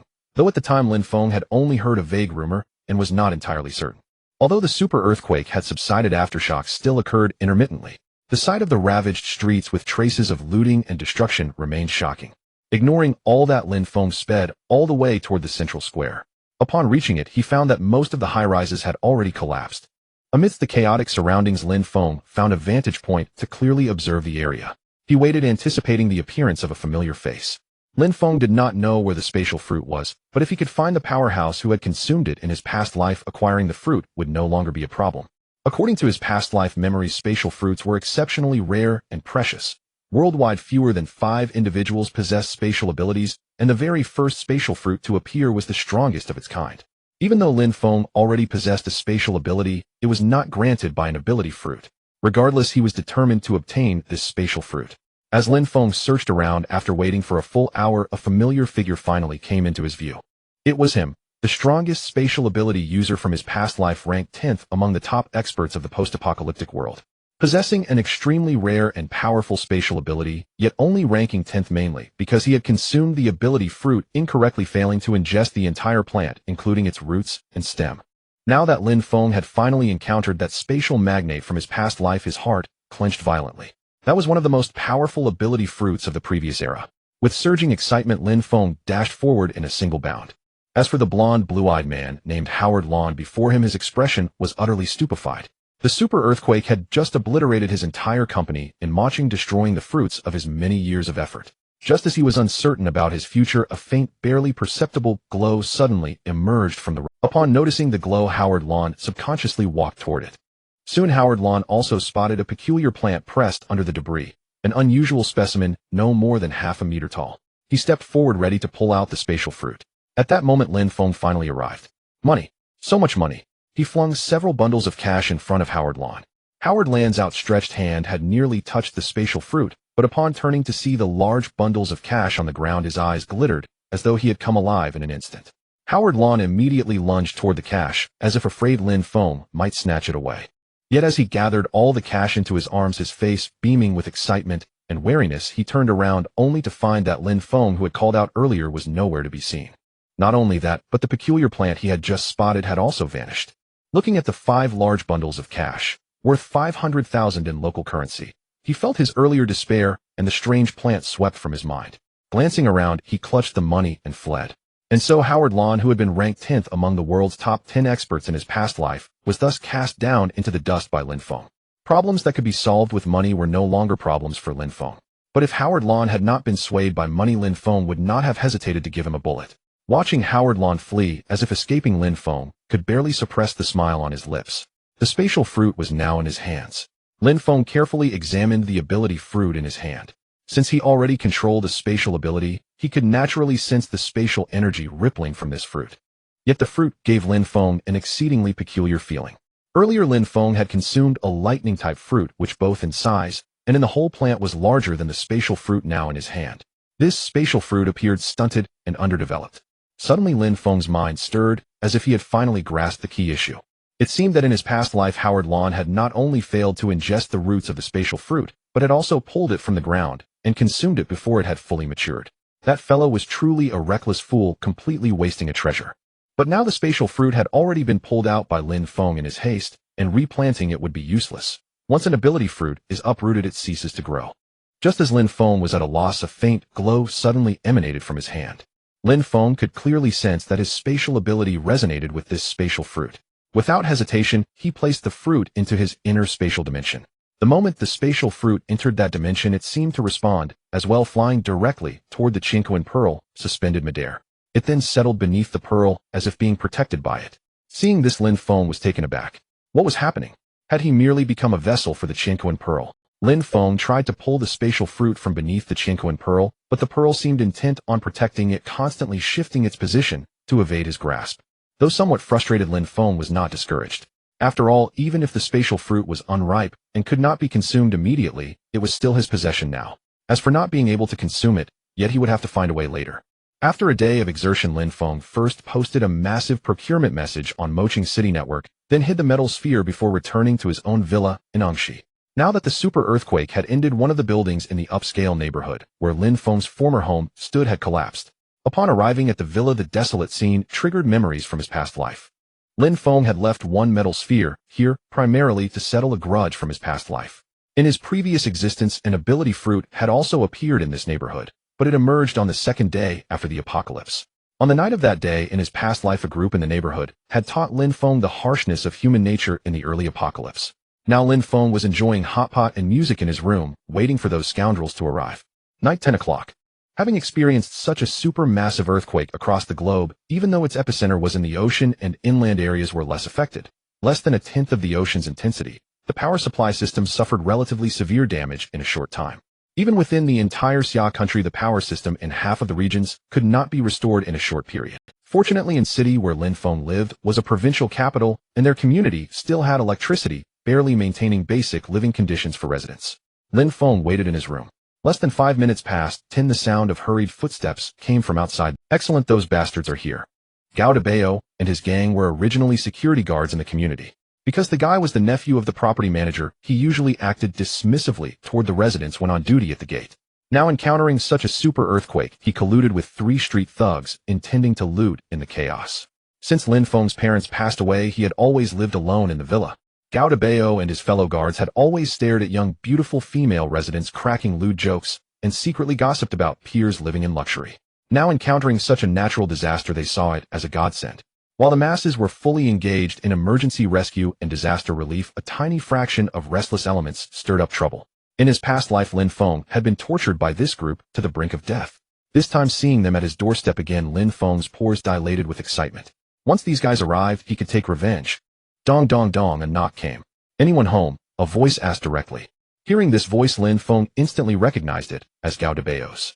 In the past life, it was the same. He tricked Lin Feng into opening the door under the pretext of a property inspection. Home. Something up. Property inspection, please open the door, Gao Debao said with a forceful tone. Having dinner not free. Lin Feng responded loudly as well. The group outside was startled. Although they expected Lin Feng to ask questions, they assumed he would still open the door. After all, they were schemers taking him by surprise. Lin Feng could not possibly be on guard. Hearing Lin Feng's words, the 4 were bewildered, but then they began threatening him through the door. We're now checking for dangerous houses. If you don't cooperate with the property management, don't expect us to care if something happens to your place. Gao Debao deliberately raised his voice. Not needed. Lin Feng replied with 3 words. Hearing this, Gao Debao and the others outside were fine, you chose this. Gao Debao roared, then signaled the other 3 to circle around the villa's perimeter. Lin Feng's villa had been neglected since his parents died. No renovations, no reinforcements. He said. In the aftershocks of the super earthquake, a nearby building collapsed, and 3 to 4 meters of the villa's wall had crumbled halfway. Gao Debao and his men found the breach and barged in, unaware that Lin Feng had already placed a surveillance camera in the room waiting for them. Earlier at the door, they had smelled the hot pot cooking. Now entering and seeing Lin Feng enjoying lamb hot pot with a pile of drinks and a few bottles of white liquor, the 4 were enraged. We came to rob, and you not only refuse to open the door, but also eat and drink so arrogantly. How dare you ignore us? Who are you? As the 4 approached, Lin Feng shouted sternly. Hey, don't be scared. We're from property management. Gao Debao said without slowing his steps, a wicked grin impossible to restrain. Didn't I tell you not to come? How did you get in? This is trespassing, you know. Get out now, or I'll call the police. Lin Feng fired off accusations at them. Kick us out. You don't have the guts. Call the police. Go ahead, see if the cops have time for you. The 4 kept spewing arrogant words, clearly treating Lin Feng as a lamb for slaughter. Lin Feng, still think you're some rich young master. Tell you what. Hand over all your valuables and transfer the money from your bank card, and well, spare your life. Gao Debao dropped the pretense and stated his intent. You're trying to profit from chaos. That's a crime. Though Lin Feng said this, his body betrayed him. He ignored the boiling hot pot and retreated several steps. Hee-haw. Seeing Lin Feng's flustered and cowardly demeanor, the 4 burst into laughter. All of you get out, you hear. As he spoke, Lin Feng pulled out his phone. But just as he was about to dial the police, the man to Gao Debao's right drew a baseball bat from behind him and knocked the phone out of Lin Feng's hand. You're committing armed robbery. Yes, we are. So what? Listen, kid, I've been sick of your face for a long time. If you obey us today, we might let you keep your dog's life. But if you don't, your dog's life ends. With that, Gao Debao dropped all pretense and pulled out a large cleaver from his belt. In his past life, this was how Gao Debao had threatened Lin Feng. One last chance. If you don't leave now, I won't be polite. Lin Feng said again, his voice freezing cold. Lin Feng had countless weapons in his ability space. Though he could easily take out a pistol and eliminate all four instantly, he didn't want to deal with them so quietly.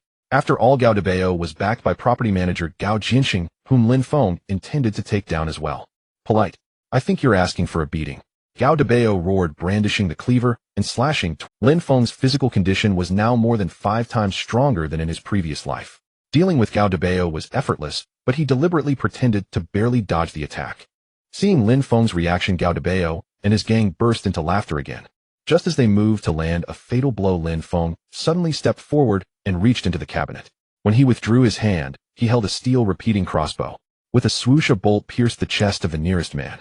Before he could even cry out, he glanced down at his chest and collapsed dead. Gao Debao, seeing Lin Feng instantly produce a fine steel crossbow to kill one man, stiffened his whole body and stood dumbfounded. Just as he was stunned, Lin Feng's second arrow had already shot forth, piercing straight through his neck. Gao Debao, panicked and astonished, stared at Lin Feng with disbelief even as he died. The fine steel crossbow could only fire 3 arrows in succession. The third arrow Lin Feng shot at the third man's head, piercing his eyeball and causing his instant death. The fourth man, witnessing the sudden terror, was frightened into utter panic. He yelled something and then scrambled out, screaming wildly. Murder! Murder! Someone come quick! Don't kill me! The fourth man ran out in panic. Lin Feng could have used 100 ways to take that bastard's dog's life, but he did. If he killed them all, how would he let Gao Jianxing perform a good show later? Lin Feng took out another phone from his space, swapped in a SIM card, then connected to the surveillance in the room, and captured the entire footage of what had just happened. Lin Feng waited there for Gao Jianxing to come. The 3 corpses downstairs did not make Lin Feng feel the slightest discomfort. On the contrary, they brought him a sense of relief. After the apocalypse began, corpses were everywhere. Whether humans, zombies, mutated plants and animals, or mutated marine creatures, everywhere was littered with remains. The first super earthquake caused over 500 million deaths among the 10 billion humans on Blue Star, but Lin Feng only saw ruins and collapsed walls everywhere. He had not yet seen mountains of corpses. Lin Feng discarded the hot pot basin, quickly retrieved a portion of roast chicken and French fries from his ability space, and also took out a fruit mix. Watching his past life enemies killed by his own hand, was there anything more delightful? On the other side, Gao Jianxing was currently riding a plump white woman when he suddenly heard someone yelling and rushing toward the property office, causing him to scramble in panic without even pulling up his pants. Bad news. Murder! Murder! The man burst in without caring about the 2 naked people before him, shouting wildly. Seeing his state, Gao Jianxing strode forward and slapped his face hard. Get out! Wait until I put on my... Gao Jianxing was furious. The woman in the room also frantically searched for clothes to cover herself. The plump woman was a high-floor female resident in the complex. She and Gao Jianxing had been having an affair. When her husband was crushed to death by the earthquake, the fat woman came at once to share the good news with Gao Jianxing, and the 2 rolled into bed again. After waiting 2 minutes, Gao Jianxing walked out with a livid face and said grimly to the man, "What's the matter? Your mother was killed." "Not me, it's you, Binzi. You dog, you've got nerve." Gao Jianxing charged at him again and slapped him across the face. "I'm telling the truth." Binzi stammered in panic. "It's your nephew Gao Debao who was killed. It's Lin Feng from Villa 2201 and also Da Qiang and Dabin. They were all killed by Lin Feng." Then Binzi recounted what had just happened, still looking terrified. "If you dare lie to me, he'll skin you alive." After saying that, Gao Jianxing picked up his phone and called Gao Debao. The phone rang for a while, but no one answered. Just as Gao Jianxing was about to hang up, the other phone connected, and a voice he found unfamiliar came through. "Are you Gao Jianxing?" "Who are you?" "Lin Feng. Gao Debao came to rob me and kill me. Now I've killed him in self-defense. You property management, send someone quickly to clean my room." After saying that, Lin Feng hung up directly. "Bastard." Gao Jianxing was furious and kicked the table in front of him, flipping it over. "Let's go. Revenge." Gao Jianxing shouted loudly, then grabbed an electric baton and prepared to leave. Binzi was also terrified, too scared to move. He hurriedly warned, "Lin Feng has a steel crossbow. That crossbow leaves a hole in anyone it hits." Those 3 were all killed by Lin Feng with a single arrow each. Hearing Binzi's words, Gao Jianxing was also startled. "What the hell did you say? That kid has a steel crossbow. Why didn't you say so earlier?" Gao Jianxing wished he could give him another hard slap. After a brief thought, he instructed Binzi, "Go call the people, gather all the security guards and others from the property management. I don't believe that kid would dare attack all of us. And tell them to bring riot shields and any weapons they can carry. I must avenge my nephew." After speaking, Binzi went to do as Gao Jianxing ordered. At this moment, Gao Jianxing knew that calling the police would be useless, but he still handled it formally to avoid leaving any leverage against himself.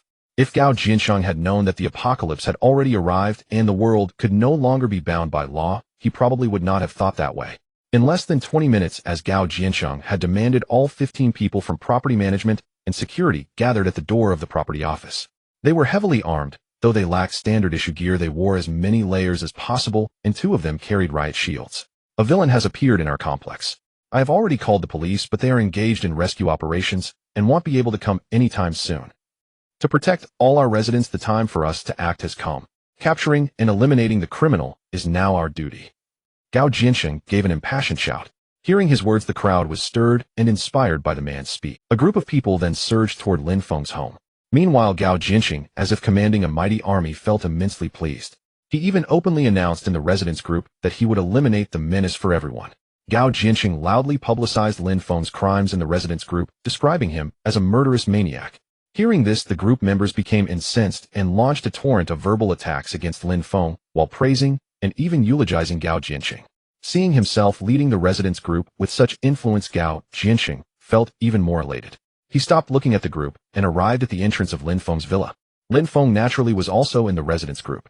As he saw Gao Jiansheng and his group rushing toward him, a smirk curled at the corner of his mouth, and he directly sent out the video of Gao Dabao breaking into his home and attempting violence.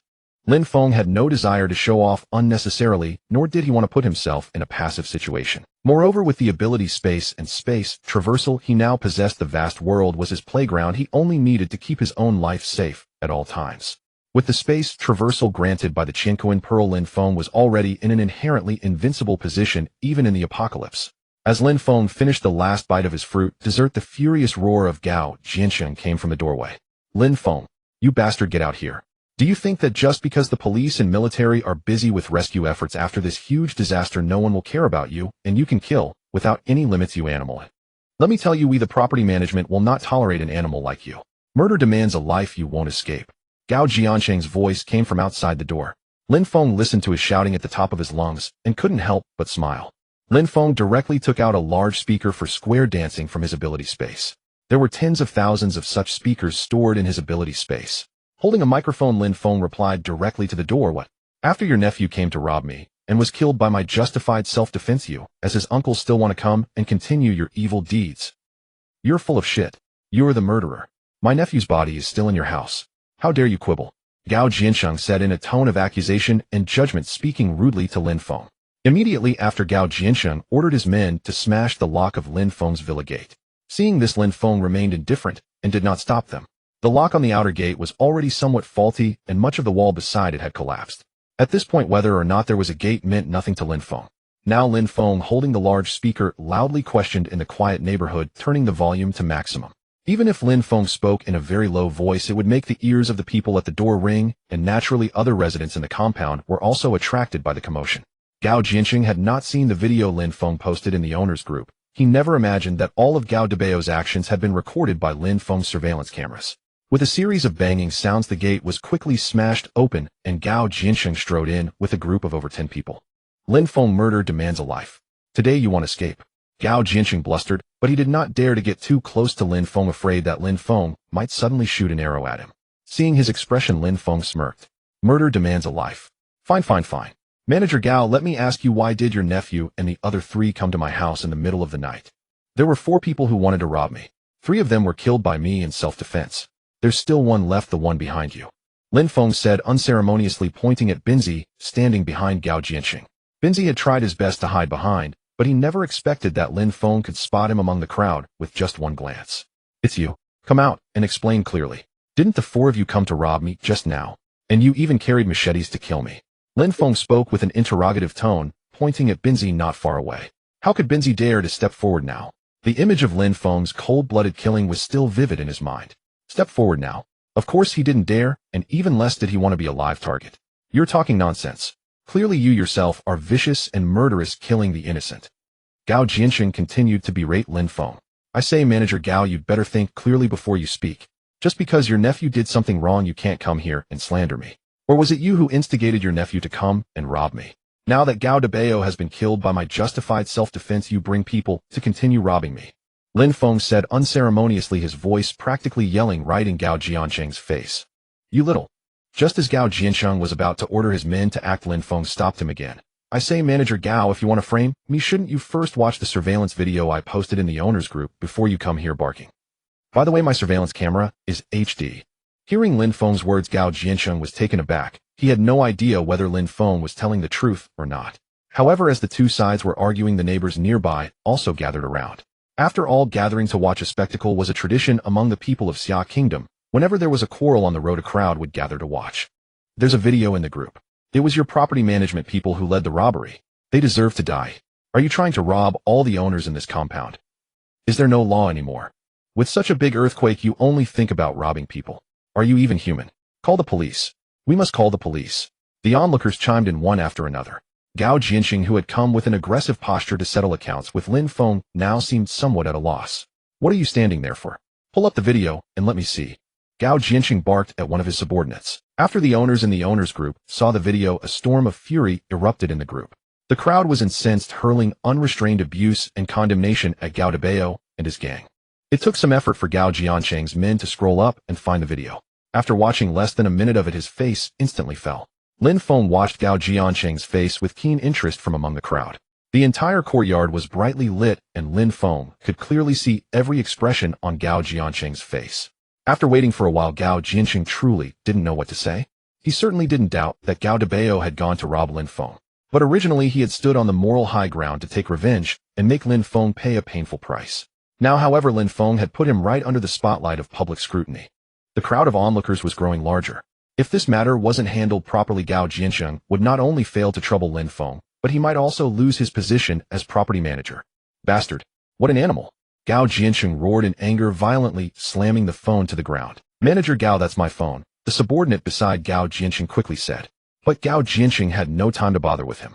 Instead, he turned to the surrounding owners and said that Gao Dabao is truly an utter scoundrel, and he certainly deserved to die. I didn't know about his evil deeds before, that's why I was deceived. Come seize Binzi, and after dawn hand him over to the security bureau. As Gao Jiansheng's words fell, several people beside him rushed forward and seized Binzi. Binzi tried to retort, but Gao Jiansheng directly stuffed a cloth into his mouth. As he turned his head, Lin Feng also saw Gao Jiansheng's almost murderous expression. Damn it! What a bastard! Gao Jiansheng raged in the property office, smashing and throwing things around after returning from Lin Feng. If it weren't for his quick reaction earlier, he might have been drowned in a sea of spittle among the owners. After all, Lin Feng had recorded the video and posted it in the owners group, and now all the owners were filled with hostility towards the property management. Even though this incident had little to do with Gao Jiansheng, he was still bearing the brunt of the owners' fury. Just as Gao Jiansheng was consumed with anger, looking for a way to teach Lin Feng a lesson and avenge Gao Dabao, Lin Feng had already traversed space and arrived at the shelter, as it was much safer there. Back in the shelter, Lin Feng had a good night's sleep. The next morning, he immediately felt his spatial power. After 12 hours, it had fully recovered. He took out a breakfast from his ability space and started to enjoy it. Currently, even without counting the nearly 50 million tons of fish he had gathered from the 5 Great Lakes, the supplies in Lin Feng's space were enough to sustain him for hundreds of thousands, even millions of years. These resources were certainly sufficient for Lin Feng's needs, but to survive in the apocalypse, he needed powerful strength. Lin Feng did not want to live a life of hiding in darkness like in his previous life during the apocalypse. He didn't know when the ability fruits would appear in other places, but he was very clear about the emergence of the fire-type ability fruit in his community. In his past life, Lin Feng was the first to discover the fire-type ability fruit, but just as he had grasped it, at that time Lin Feng didn't know the effects of that ability fruit and was forced to let it be taken away by Gao. After finishing breakfast, Lin Feng traversed space back to the villa and then stepped out of the door, holding a string of candied hawthorn. Lin Feng clearly remembered that the fire-type ability fruit had appeared in the flower bed at his doorstep. Holding the candied hawthorn, he paid no mind to the bloodstains left by Gao Dabao and the others behind him. As for the corpses of those people, they were taken away by Gao Jiansheng. At exactly 10 o'clock in the morning, ability fruits began to emerge worldwide. Lin Feng witnessed a fiery red ability plant sprouting from the flower bed in front of him, growing to half a meter in height in less than 10 seconds. Once the fire-type ability fruit had stabilized, Lin Feng immediately pulled it out from the roots. Lin Feng, don't move. Just as Lin Feng pulled out the fire-type fruit, 2 people sent by Gao Jiansheng to monitor him shouted loudly. Even upon hearing the shout, Lin Feng did not hesitate, grasping the ability fruit and diving into the villa. With the acquisition of the fire-type ability fruit, Lin Feng felt elated.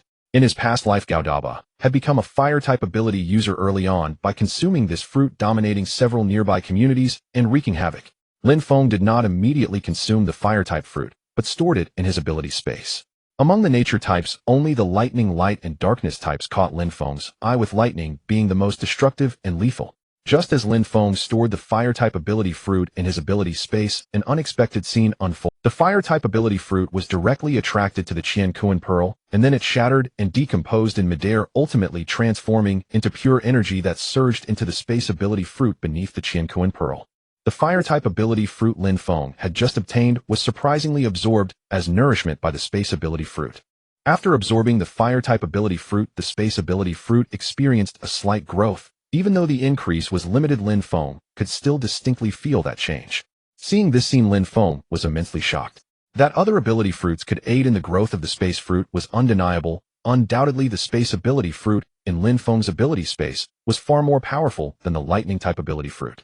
Previously, Lin Feng had thought about collecting a large number of ability fruits to eventually form a powerful ability army when the opportunity arose. But now the thought of forming an ability army was completely suppressed by Lin Feng. He only wanted to collect a large number of ability fruits to enhance the space ability fruit.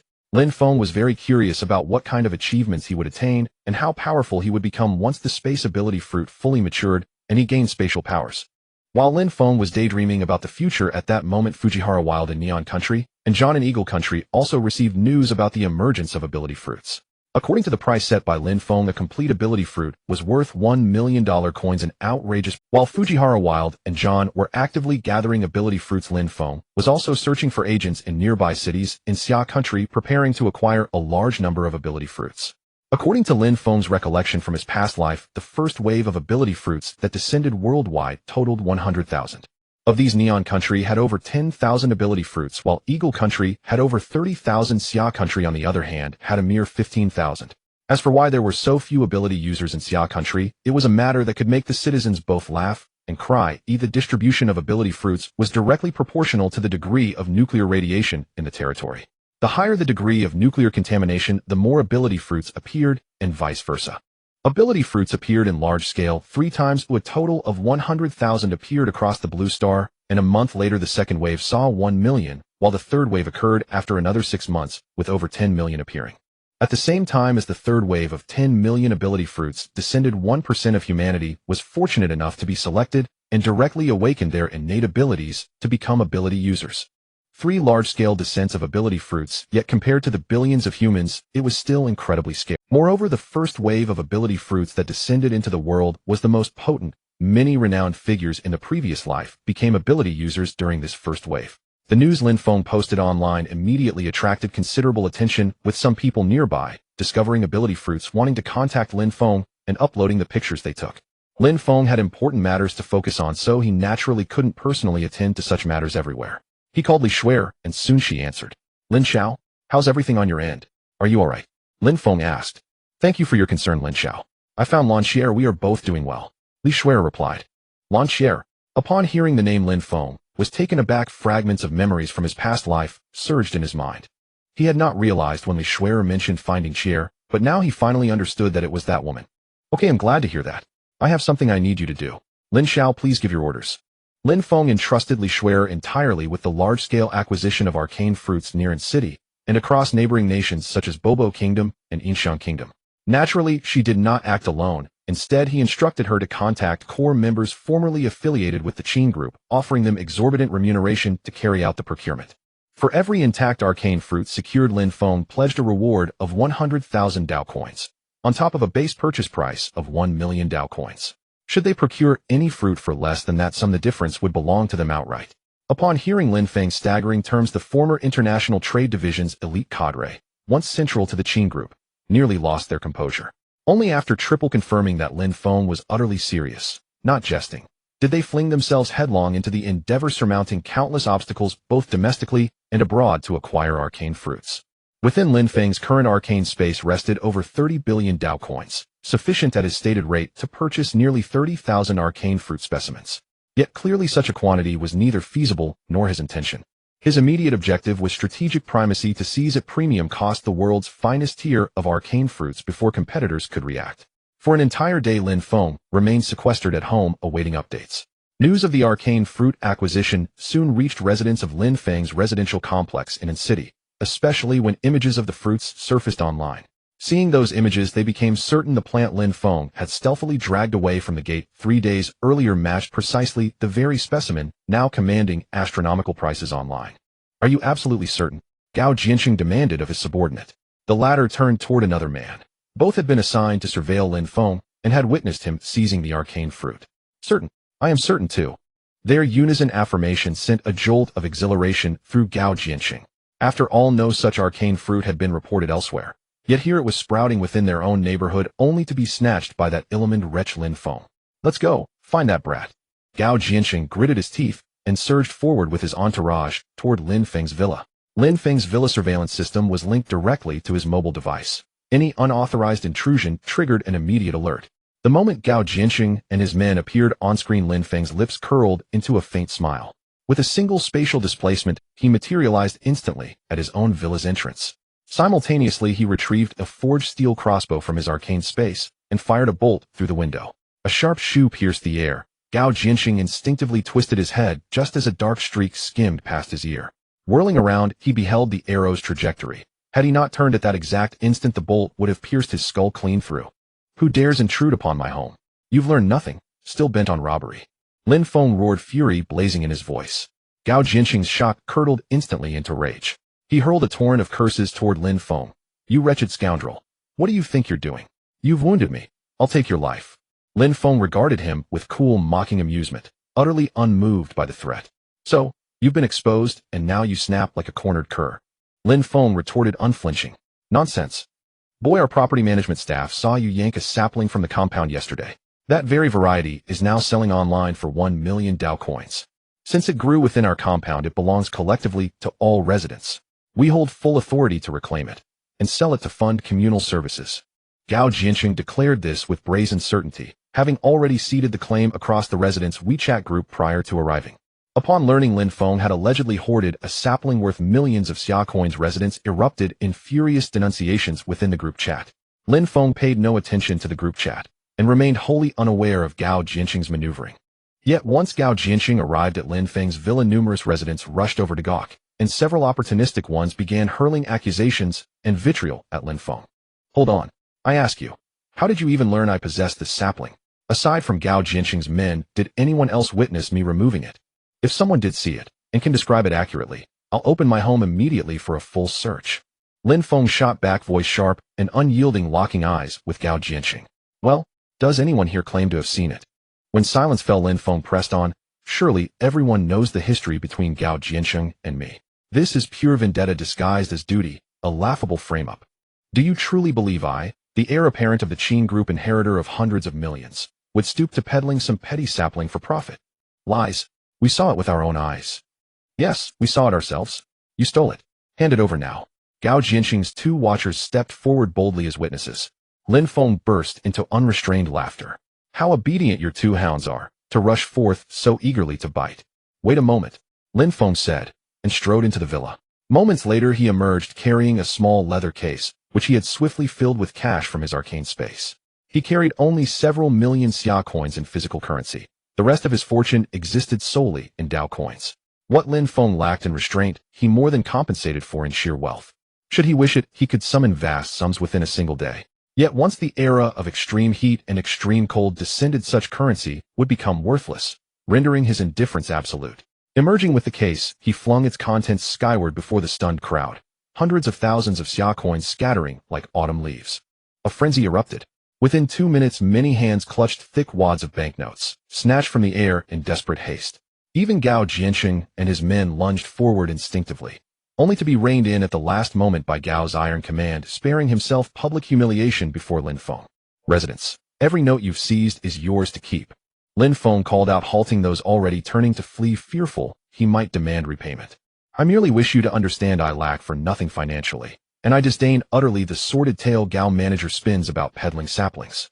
Such conduct is beneath contempt. Should Gao manager ever again bring armed men to harass me, I urge each of you to reflect carefully. Does a man so fixated on persecuting his own residents retain the moral standing, or the legitimacy, to remain your property manager? And should anyone dare plot against me again, let Gao de Bao and his ilk serve as your grim precedent. Weigh that risk well. Gao Jianxing was completely stunned. Watching each of these homeowners clutching tens of thousands in cash, panic gnawed at his heart. But if he had stooped to scrambling for money on the ground like the others, his earlier attempt to confront Lin Feng would become a colossal joke. How could he ever hold his head up among these homeowners again? Exactly. Young Master Lin is the heir of the Lin Group. He's swimming in wealth. Why would he care about that pittance you mentioned? Prove it with the surveillance footage, or stop spouting nonsense. The tide of opinion among the homeowners turned instantly under Lin Feng's monetary assault. Witnessing this, a cold sneer curled on Lin Feng's lips. Lin Feng understood all too well the true faces of his neighbors. Now any problem money could solve was no problem at all for him. Seeing the crowd rally behind Lin Feng and the situation reversely intensify their attacks on the property management and security, Gao Jiansheng could only slink away in disgrace. Back in the property office, Gao Jiansheng seethed with rage. If the surveillance cameras in the compound were still functional, would he have suffered such humiliation? Just then he turned to the two who had initially reported to him, demanding fiercely, "Tell me clearly. Did you actually see what you claimed?" After the scene Lin Feng had caused, even Gao Jiansheng began to doubt his own men. The two subordinates stammered hesitantly, not daring to provoke his wrath. Seeing this, Gao Jiansheng assumed they weren't certain of having seen Lin Feng take the ability fruit. His fury erupted. "You bastards. You made me lose face. If it happens again, you're fired." Gao Jiansheng roared. Trembling, the two men profusely apologized. Gao Jiansheng then turned his gaze to the two cowering at the back. "I saw you two snatch plenty of cash from the ground. Hand it all over." "Did you hear me?" "On what grounds, Manager Gao? We grabbed it ourselves. You didn't take any. Why should we?" The two at the back immediately protested. "Oh, are you two going to defy me as well?" Gao Jiansheng had suffered repeated defeats at Lin Feng's hands over the past 2 days, and his nephew's death at Lin Feng's hands remained unavenged. Seeing his own subordinates refuse to obey, his rage boiled over. Finally, only after mediation by a few bystanders did the two agree to hand over half the cash. This left them deeply resentful toward Gao Jiansheng. After driving away, Gao Jiansheng and his men, Lin Feng heard his phone buzzing incessantly. It had been over a week of messages from Lu Li. Earlier, Lin Feng had ignored Lu Li's messages, but these past few days he had grown somewhat bored. After all, a woman offering herself to relieve his boredom was not something he would refuse. "Come to my place tonight at 10. Lin Feng sent the message and then paid it no further heed. Meanwhile, in a temporary hotel room in a dilapidated building, Lu Li, finally receiving a reply from Lin Feng, was ecstatic. After barely making it back from the Neon Country, she had harbored deep hatred for Lin Feng. She had even sent him many harsh and final words. But the devastation of the great earthquake made her unable to bear the life ahead. Unable to reach Zhang Dehai or Zhang Guoqiang, she turned back to Lin Feng, seeking to latch onto his wealth and power. After replying to Lu Li, Lin Feng dismissed her from his mind. Just then he received a call from John saying he had collected 500 ability fruit plants. "Excellent. I've got the cash ready. We'll meet for the exchange," Lin Feng said. They agreed on a location and set the deal for 1 hour later. With that, Lin Feng performed a space warp and arrived directly in the Eagle Country. Nearby, he spotted an abandoned truck and forced open its cargo compartment, which was packed with extremely seductive clothing. Without any hesitation, Lin Feng swept all the contents into his space. Then from his space, he sorted out 500 million blade coins and placed them into the truck's compartment. An hour later, Lin Feng arrived at the agreed meeting point. When he saw John, he sensed something off, especially the predator-like glint in John's eyes. Though John quickly concealed his gaze as Lin Feng approached, it did not escape Lin Feng's notice. Moreover, Lin Feng spotted snipers hiding not far away. Alerted, Lin Feng deliberately reached into the rear compartment before getting out, retracting 250 million blade coins into his ability space. "Mr. John, we meet again," Lin Feng greeted with a composed smile. According to their earlier agreement, 500 ability fruit plants were worth 500 million blade coins. However, upon inspection, nearly 100 of the plants were incomplete, only bearing fruit. Even so, Lin Feng was extremely excited to see the 500 plants. "Excellent. As we agreed, a complete plant costs 1 million blade coins and incomplete 500,000. All these together come to 450 million blade coins. Mr. John, what do you think?" Lin Feng asked with a smile. "Absolutely fine. For safety, they'll bring 200 million blade coins now.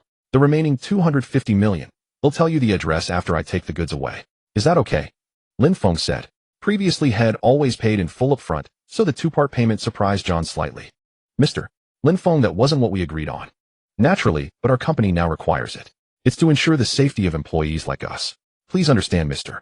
John," Lin Feng explained smoothly. His candid words caught John off guard. Indeed, as Lin Feng suspected, John had planned a double-cross this time.